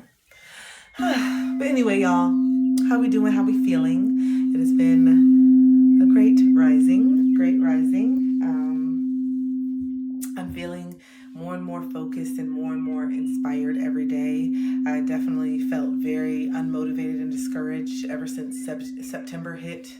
I definitely just did not feel like myself and felt very angry. I was moving through a lot of darkness and shadows, and I tried to rush my process. I kept trying to be like, okay, I'm back. And I was like, no, I'm not back. I'm still angry. I still don't even know what to say. I literally didn't even have thoughts. Like I would sit and try to form a video, and I would sit and just turn on it, do it, and just sit. Okay, come on. And I couldn't even get anything out. I could not get anything out. I couldn't talk to the camera. I couldn't get anything. All I could do was just feel it.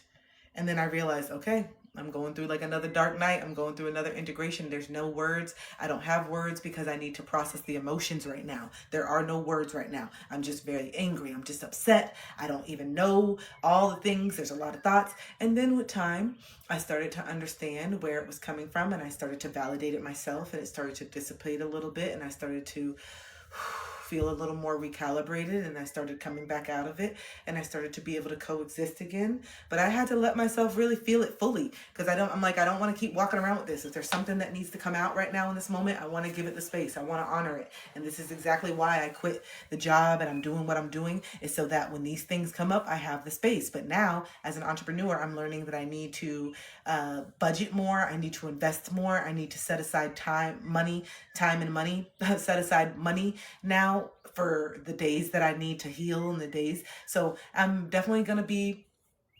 restructuring my finances and everything that I do now as my business, and knowing that like the holiday time, I need to set aside money during the holidays because I'm probably not going to work as much and people are not going to be doing it as much. So I'm going to start planning and budgeting for the future and forecasting what we need and the expenses. And so I'm really starting to step into like a business is what I'm saying, you guys. I'm really starting to look at this like an actual business. This is no longer just like some little hobby. I want to start being responsible, get my books in order, bookkeeping, all the things. And yes, I'm just feeling really excited about that, even though it took me having to get to a really uncomfortable spot in my finances to finally wake up and say, yo, what are you doing? You've swung too far over to the pendulum, and now you're letting all this financial stuff that you've built for yourself and your house, all these things, are you going to just let all this shit go? Like, what happened to this version of you that bought this house? What's happened to this version of you that didn't need any cosigner or anything to do the things that you need to do? You're going to need a new car soon, Chris. You're going to need these things. What you doing? And so I had to really own it and say, okay, I became super avoidant and poverty mindset and wounds and this money aspect, and things got overwhelming, and I kind of just said fuck it for a little bit, and now I'm paying the consequences for that. And it's no one but me. But I had to sit in it, I had to feel it, I had to get uncomfortable in order for me to wake up and say, this is not how I want to live. This is not what I want to do. This is my dad's energy. My dad was the type of person that was paycheck to paycheck, always doing this, writing a check to cover a check, doing all this shit. And I was like, nah, I don't want to fall down that. I don't want to fall down that side of my, no. So I needed to feel it. I needed to feel the super financial part of me that was like holding on to everything, scared to make investments, but I had a lot of money in savings and I was able to buy a house, but still my money wasn't working for me. And then as soon as shit happens, your savings is gone in a second. And so I've learned it's not smart to just invest all your money, just keep it in your savings. And then if you get laid off for 6 months, your savings is gone literally like that. And now there's no investment. There's nothing's making you money. Nothing's passive. And so I had to get to that.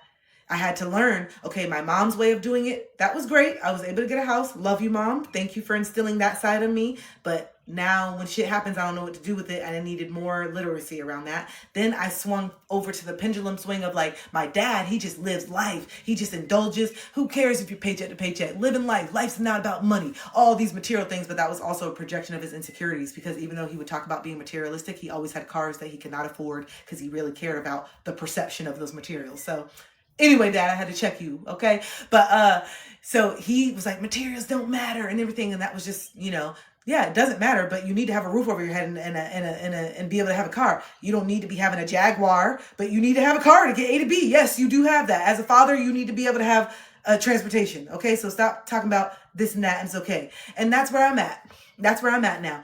I need stuff. I don't need to go get a BMW. That shit doesn't matter to me. It's never mattered to me. It doesn't make me feel any better. It doesn't make me feel any more. It doesn't make me feel nothing. It doesn't. It's nice. If you like that, it's nice. Okay, cool. You can have nice things, but it doesn't do anything as far as my worth.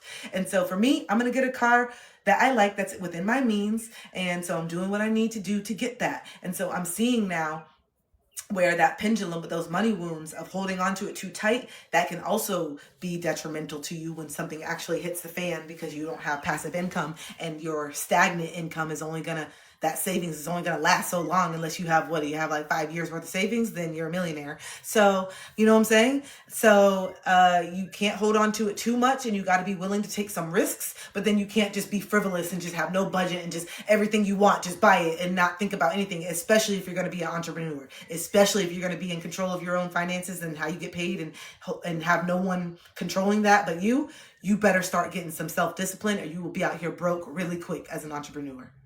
You better start putting in those principles and structure in place. You have to find structure and policies and procedures in your business. You have to, as a business owner. I don't care if it's just you working for you. You have to have structure. You have to have office hours where you turn off your phone. You can't do that. Okay. And you have to, not every time the money comes in different ways, if you have stuff where you have payments that are coming in all the time, you have to be able to balance that. And say, just because it came in doesn't mean I just spend it right away. Let me see, where am I at? What bills do I have coming up? What's going on? Let me make sure I allocate some of the money to the bills account and then put some of this. You can do it. Like, you got to start knowing that. And I just felt really inclined to tell somebody this and to say this, because I know a lot of you guys are about to quit this corporate. This is the last year that you guys are going to be working for corporate America. For a lot of you that are on here right now, this is the last year that you're going to be working for corporate America. So I'm trying to tell you you can get ahead of the things and teach you some of the things that I've learned through trial and error, so that you can know what you're getting into, because you're going to do it and you're meant to do it and you're capable of doing it. But if I can tell you some of the tips, start really getting a hold of your money wounds and your poverty mindset now, because the entrepreneurship is only going to amplify the way that you feel about money and the way that you feel about yourself and the ways that you do or don't feel deserving of money, and your actions and the way that you blow through money will show you how you really feel about it. Some of you don't feel deserving of it, so as soon as you get it, you throw it right away. Some of you feel so uncomfortable when you have money and you feel like that you go crazy, and you literally drive to the mall with dopamine because you're like, that dollar amount just feels so good. You see, oh my God, I have $1,000 in there, and you get so excited. It feels so good to have this money. I have freedom. Like you do, like you start foaming at the mouth, and then you do that dopamine hit and go and you try on things that feel so good to swipe, and and then before you know it, it's gone. And then you wear the outfit and it gives you the dopamine, and then you don't even care about the shit anymore because it wasn't even really that not meaningful to you. And yes, we can spend our money on frivolous things, but you're at the point where you need to start having more structure. You don't like living this way. And so I'm bringing it up because like that dopamine that you get from that retail therapy, we got to cope in other ways. Oh, it did? Okay, thank you for letting me know that. Thank you for letting me know that. I am trying to still go back and forth and let people know that I'm going to be transitioning over there in February. So thank you for saying that. Thank you for letting me know that. But yeah, we have to start. And the reason why you feel so comfortable with your job is because there's already a structure in place. That's what makes you feel comfortable. You wouldn't feel as comfortable if they were like, hey, this is a startup. We don't know what's going to happen, but here's $25 an hour and we're doing it as we go and we could fail. Even though it's under a corporation, even though it's an LLC, because it's a startup, you may not have as much faith as you do. The only reason why you feel so comfortable and safe and secure is because there's already a structure created and you don't have to think about those parts. You can just go in and be the creator, right? And that's essentially what you have to do with your own business. You have to create up this structure. So for me going live Monday through Thursday, that is a structure in my business that I've created. Not only does it help me connect with my community, it helps me give back to my community, but it also helps generate business for my business by me creating the structure that I go live from this time to this time, because then you get to know me, you get to know my coaching style, you get to receive and feel the value in my business, you get to feel what I'm worth, you get to see the consistency in me, you get to see all these things by me showing up. So the structure and the value of my business, it makes sense for me to show up here and talk to you guys so that you can see. And then from there, you make your own decision on, you know what, I think I want to go deeper with her, or I think I want to sign up for a workshop. But without me having the structure of showing up here consistently, it would probably be very hard for you to get to those conclusions because you wouldn't see me having that structure in my business to know that this is something that you can trust, to know that this is something that is going to be legit, to know that I'm not going to just take your money and I don't know what I'm talking about, or to know that it's just here today, gone tomorrow. Those things, when you're creating structure, matter. And that matters in marketing and when you're looking at a business or a corporation, the consistency, how they show up for their customers, if they are reliable, are their products consistent, and when you start seeing those inconsistencies, that's when you start losing a little faith. And so you have to know the inconsistencies that you show within yourself are why you don't have faith within yourself. The inconsistencies that you have within your word and who you are is why you don't feel confident, because one second you're saying that you're like this, but then next minute you're doing that. So are you this person that you say that you are? Because based on your actions, I don't know if you're really seeing yourself so clearly. I think you may be seeing your potential as well. I think you also can have the beauty to see other people's potential, and maybe you're not seeing them clearly right now in the moment, but I think that you also can do that to yourself sometimes. I think that you know that you're capable of doing this. I think that you know inherently that you're a good person, but I also think that you are in your darkness quite often, even though you don't acknowledge it. I think you're in your darkness quite often, even though you're not aware of it. Really think about it. Think about it. Think about some of the ways that you show up right now. Think about your character. Think about some of the things. Just think about it. Really get honest about your intention with some of the things that you're doing. A lot of it is out of fear. A lot of it is out of ego.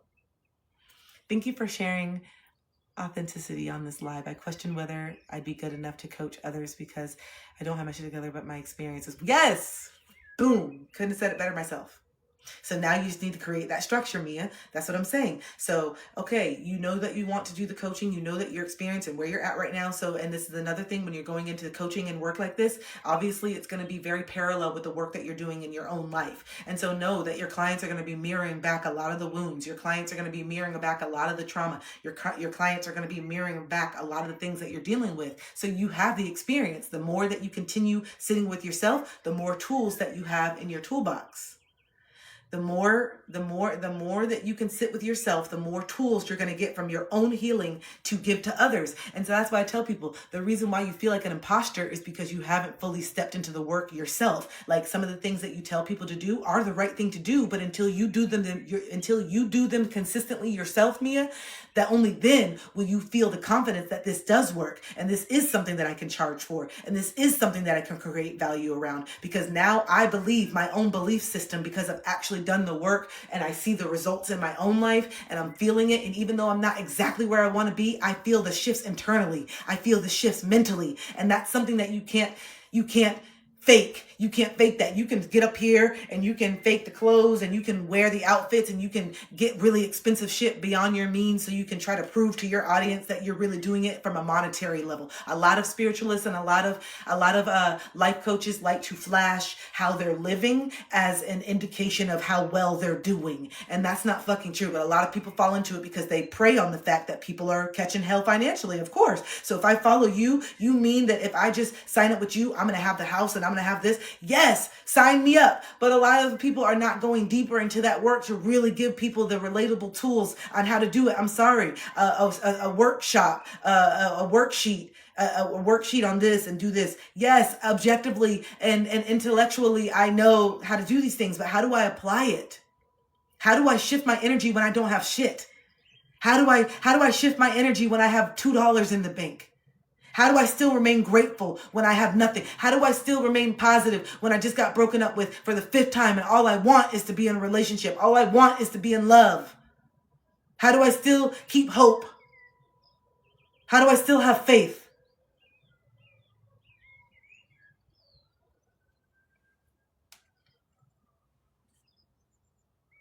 The materials and the money is not what's giving you the faith, because there's some of you that have been in seasons where you've been able to buy nice things. So let me ask you right now, some of you that are going through a mental crisis right now, some of you that are spiraling right now, go grab the Gucci purse that you bought in 2014. Some of you that have, a car that you thought was going to make you do something, go drive around in it right now. And how does it make you feel? Those of you who have a lot of money in the bank right now, but you're still catching hell. You still feel like you're going, go pull up your bank account right now. Look at the number. Does it make you feel any better? Does it do anything for your situation right now mentally and where you're at? No. Because it's not about it.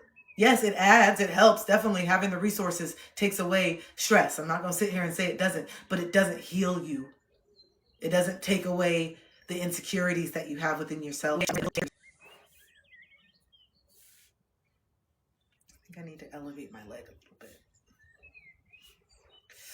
Okay, let me see if I can sit like this. You guys, I'm trying. Let me see if I sit closer to the ground right now so that my leg is not too, does that hurt better or worse? Let's see.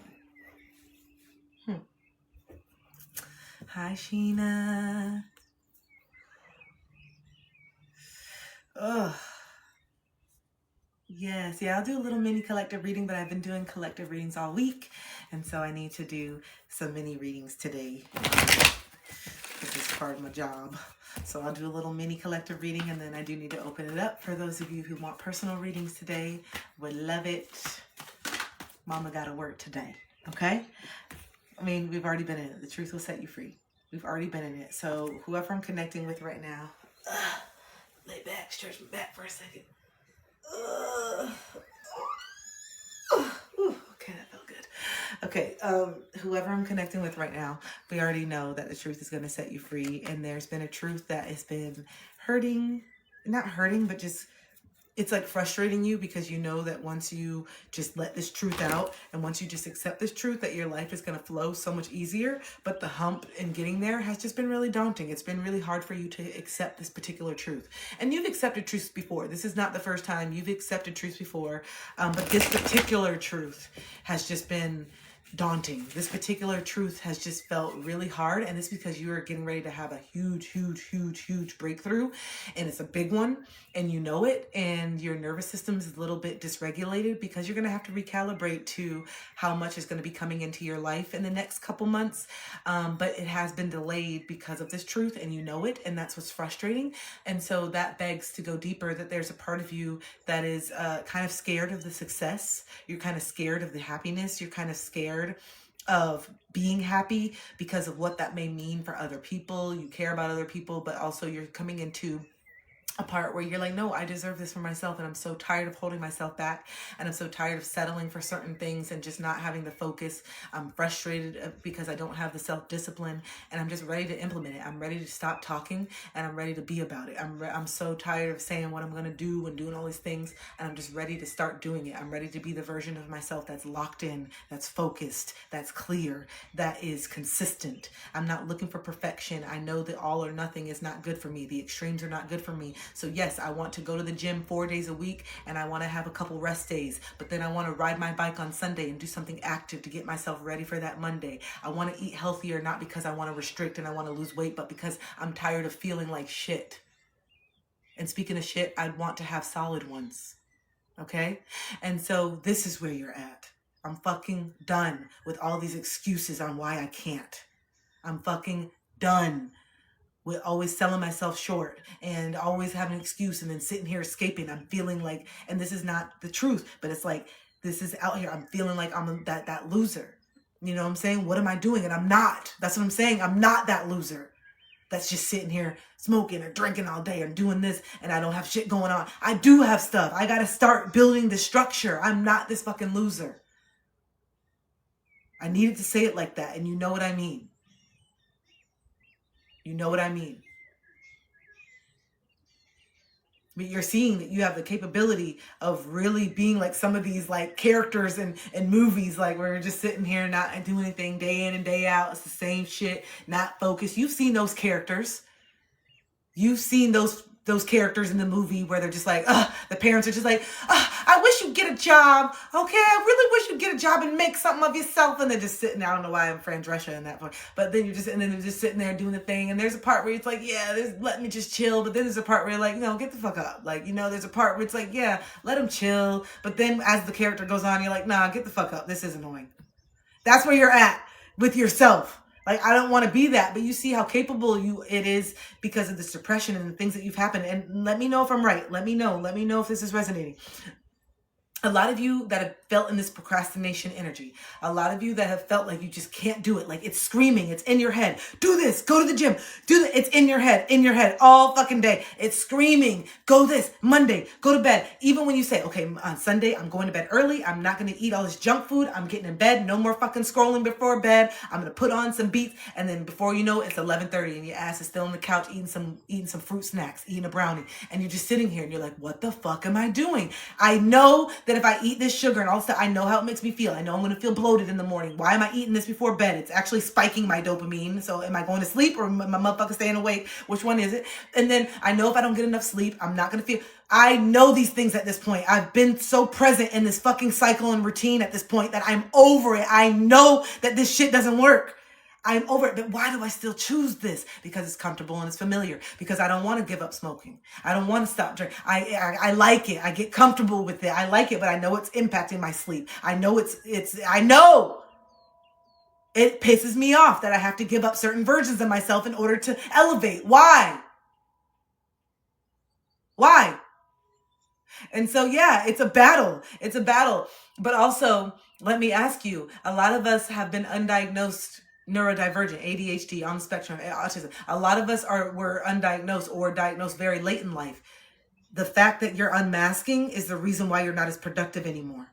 The fact that you're unmasking is the reason why you're not as productive, which causes depression because you're so used to operating in such a high functioning frequency, abandoning your emotions. You see, you couldn't function as high with feeling the emotions at the same time. One had to take the place of the other. I either feel these feelings deeply, but then I'm fucking in the bed all day and I'm just laying around and I can't do shit because it's so overwhelming because I'm so empathic and I'm so tapped into so much. Or I'm numb and I build this fucking career and I get this house and I get through life so I can have some sense of normalcy because I know that if I am too tapped into my emotions, I'll fucking fall out. I know.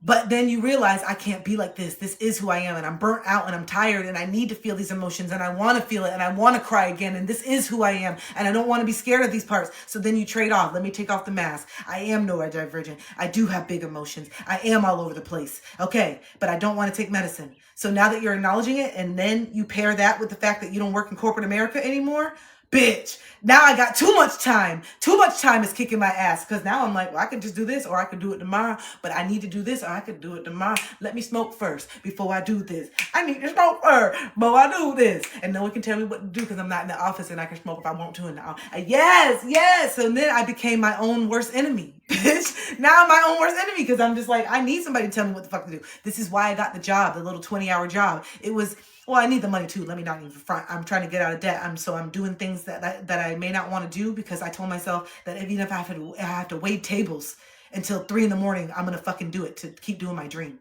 So I told myself that. And so it came to the point where it's like, bitch, you said that you would work at a job to do. And so I got a job, you guys. I got a job and it was like the best interview I've ever had. I'm actually very excited for the job. And it's 20 hours. It's at a dispensary. Stop. I know I'm trying to stop it, but it's the only place that doesn't drug test, and I don't have time for all of this, and I'm getting pee and I'm not like that. I'm not doing all this. You gonna hire me? I'm getting it. And so I had to be smart. I know how much I do this. So I'm not gonna sit here and try to get a job at the bank again. And then I know I need something 20 hours. I'm not trying to get into a whole orientation corporate America. I don't. Even though the dispensary is corporate, they got some different, it's different. So I still can, and I can talk about this all day. I can talk to people. I love talking to people. It's a decent pay. It's going to allow me to just pay down my credit card so I can breathe because I'm overwhelmed. It was the best interview I've ever had in my life, which lets me know that it's literally in alignment for me, even though it's not my final stop and I'm not going to be working here forever. There's something here for me. I'm going to meet someone that's going to be like, I just know I'm going to meet someone that's going to help me in my career. I need to get this personality out. I need to get this personality out and for people to see. And when you're there and you're doing it, people are going to be having like conversations. That's how it is in the dispensary. People have deeper conversations. And then with just who I am, I just know that this is going to be perfect for me. And I'm so ready. I'm so ready to public speak. I'm so ready to manifest these $10,000 public speaking gigs so I can breathe a little bit. I've been working my ass off for these last 5 years, showing up here every day. I'm exhausted, but I'm here because I love it. But I do want to have a family and I do want some things. And this is not the work-life balance that I want to have when I have a family. You can work too much even when you're not in corporate. So if I want to break the cycles of my mother having to work so much to put food on the table, I got to start getting smarter and start investing now and start having the passive income. This is a big reason why I wrote my book. My book is going to allow me to eat for the rest of my life and it's going to spike. And I just know this. And so I'm doing this now for my future. I'm doing this now for my future kids because I do want that. And I'm saying it out loud because I've always been scared to, because I've always been terrified that it would never happen for me. But that's absolutely not true. And that's crazy. Why wouldn't it happen for me? I would be a great mom. I know these things and I can't believe I'm saying this, but it is something I want. And so I do need to start getting more serious and be like, is this what I want? Like what, if I'm going to bring it, especially right now, and it's not right now, but we'll see how things go in the next couple of years. But until then, I'm going to be building either for myself to live the life I want or for me and my children. Either way, the life that I give my children is the life that I'm going to give myself and I deserve. So the way that I want to take my children and be able to travel around the world and show them different cultures and show them their roots, the way that I want to be able to spend a year in Africa so they know the beauty and where they come from and also the struggle and what people have done, I want them to know all of it. So that means that if I got to start preparing for that now. That's not something that's going to take zero resources. I want to be able to do it and be safe and do the things. And I believe in that future and I believe that we will get there. And right now, it's really daunting to even see that or even fathom to bring a kid in this reality right now. Even fathom. But that's exactly what they want. I'm not going to sit here and just I have no fucking future now because of this. No, I'm going to keep fighting and I'm going to keep doing what I'm doing so that the generations can have a better place. So that the generations can be the future generations can be free in who they are. We are doing the work. It's working. Look how many people are waking up. Look how many videos you're seeing. You know it. You feel it. Even though there's still a lot of people that are committed to their denial, you see how many people are waking up in certain demographics and you're seeing the certain content from people. Okay, I am proud of the Caucasian people who are brave enough to wake up and walk in it because their ancestry and the things that they have to really process are dark and heavy and shameful and scary. And so for the content creators that I see up here that are brave enough to speak their truth, especially the white people, Caucasian, I am so grateful. I'm so proud of you. So proud of you. Thank you. You are brave to stand up here and start talking about these things because I know how I just feel energetically how white people in America have to feel right now.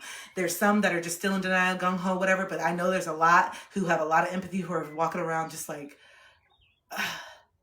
Yeah, I want you guys to know that's not me. I know that you feel the shame. I know that you feel the secondhand embarrassment. I know that you feel it. I know.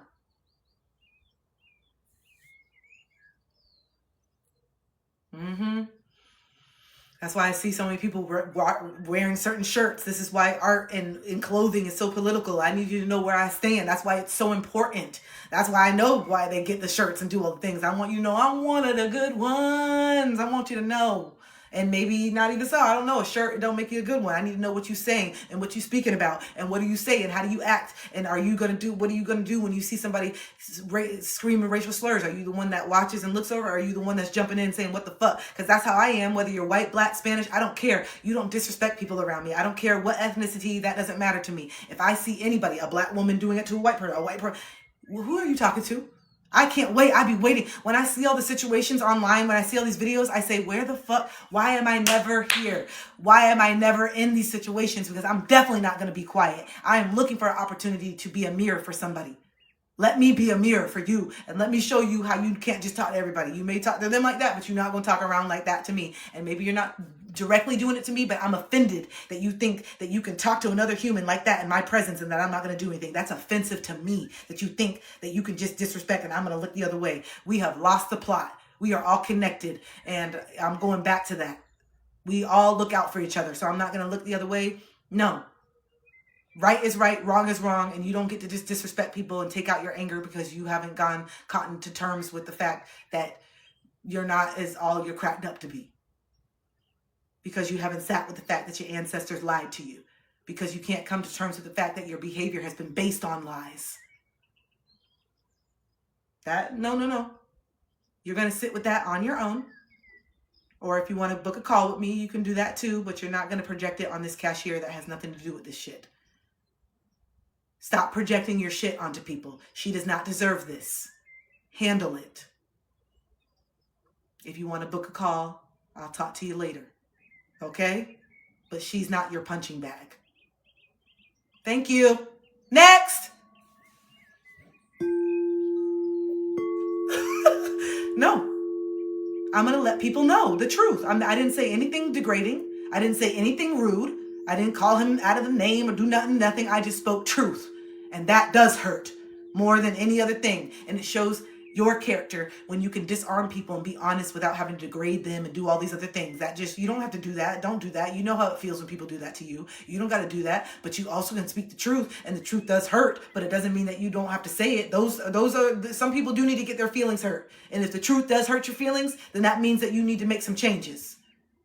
But we're not all going to be walking on eggshells because you have not dealt with your anger. We're all not going to be subject to your anger because you have not gone to therapy and everybody's got to just take it. No, we don't. We don't have to just take it, and we won't.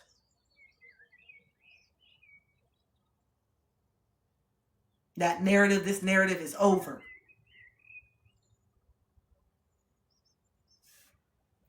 The more that people can sit with the fact that they didn't get the job because they were not qualified due to their skill set or character and not the color of their skin on one side, and it's not just all these people snatching up jobs and it's actually you, then we can get somewhere. But the projection and not wanting to take accountability for your own shortcomings is really getting old. I am not the reason that you're not successful, especially if you are white. Okay? Especially if you're white. I am not the reason that you are not successful. You are the reason that you are not successful in a system that is set up for you to thrive. You are the reason. Period. Stop projecting and start doing some work. Okay? Because that entitlement is a double-edged sword, and it made you lazy, and it made you just think that you just had to put minimal effort, and it made you mediocre, and all the other people who have to fight 10 times harder, that's why they are blowing out of the water and more millionaires and all these different things and businesses and entrepreneurs, because they have to, because they know the value of it, because they weren't handed everything, because they are not entitled to anything, and they know they have to work for it. The same thing that a lot of white people project. Work for it, do it, pull your boots. You're talking to yourself. Work harder if you didn't get the job. Stop blaming DEI. Use the same advice that you give to other people instead of scapegoating to the fact that it's just a black person that got the job over you. Work harder. Try harder. Do more.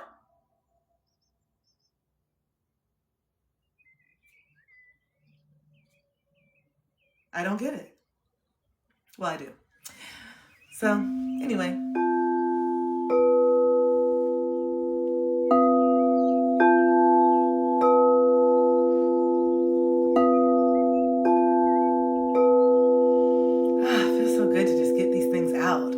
God, that felt so good to say that. I've been needing just all these things. It just feels so good. And it's not even about anybody validating me. I know there's people who do and people who never will, but it's just the truth. It just feels good to just say, I know that you know that I know the truth, and this gaslighting's not working. That's all. It's just like the constant gaslighting and the constant projection and the constant invalidation just gets real exhausting sometimes. So just being able to just speak the truth and say, I know that you know that I know that you know that you're not fooling nobody, that, okay, it's just feel that in itself just feels liberating. Even if you don't want to own it, even if you can't say that I'm right because your pride won't allow it, you can't unhear what I'm saying. You can't unhear what I'm saying. And when you go down and you go to lay your head on the pillow at night, my words will ring into your ears. They'll ring in your ears unless you're very, very dissociative. But eventually, maybe they'll penetrate at some point. Oh, Lord, let me stretch. Golly.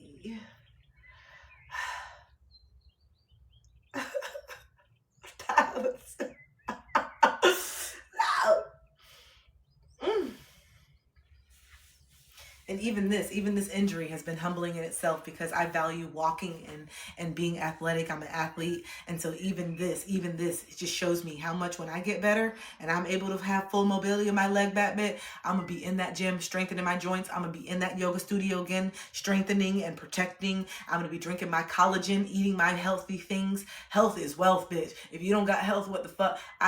No. This has my quality of life. I'm here.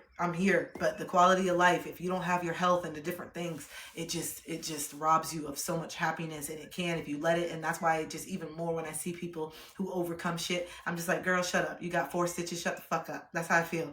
Shut up, bitch. You got 4 stitches. Okay. All right. And now it's just like, nah, I need to get up. I need to get up and do the things because people inspire the hell out of me that have just, no. We be complaining too much about certain stuff. For real. We complain about too much sometimes. All right? No. So I'm grateful that, look, even though I'm doing it, I'm still up, baby. Look, 3 weeks ago, I couldn't do this. 3 weeks ago, I couldn't do this. Woo! Hey. So let me not say it. Let me know. Hey. Okay?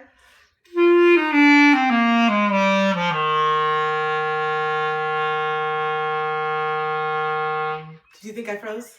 I did that yesterday.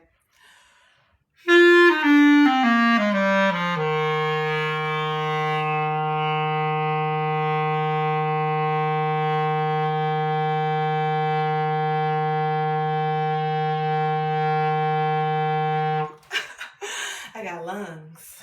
It's a really great way to practice breath work. I just wanted someone who randomly came in to think that the live was frozen. I just thought that would be fun. But yeah.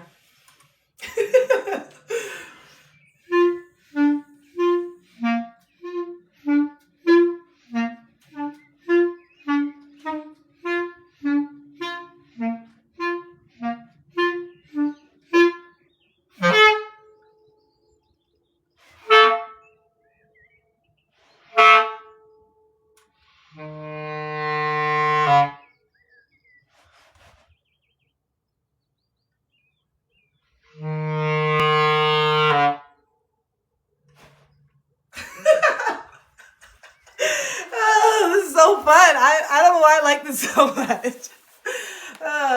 It's so fun. Oh my gosh. Maybe I need to figure this out. Like, how do I make music for movies like this? It's so fun. Anyway, you just find something new. Hello, India. Hello, thank you for joining. I really love your food so much. It's one of my favorite cuisines. I've never been to India, but I absolutely love your food and the spices and the love that goes into it. It's delicious. Oh, the curries and the sauces and the tikka, all of it is so good. And I really hope that I can visit and have the food. Okay. Tiffany, you're making me go get it. I need you to get it. I love tandoori. Yes. You like a tandoori. Oh, I'm so hungry. I think I'm going to get Indian food today. It's your fault. I'm going to get Indian food and I'm supposed to stay on track, but then you came in here and now I'm getting some food today. I want some samosas and I would like some garlic naan and I would like some, I like tandoori, but I would like some butter chicken too. I need some of the with the rice, and then just put it in, just rip off a piece of the naan and dip it in the curry, and then put on some of the chicken with the rice, and you just eat it up. God, it's so good. Indian food is delicious. Okay, anyway, thank you for joining. Hi. Yes, follow me. Follow me. Let's go. Tell me what to get. Order for me. I would love to go eat with you. Tell me what to get. Show me. Tell me what your favorite is. What did your mom cook when you grew up? I would like to know that. What is your favorite dish that your mother cooked or that your family cooked, or what is one of your favorite childhood meals? That's what I would like to know. All right, y'all.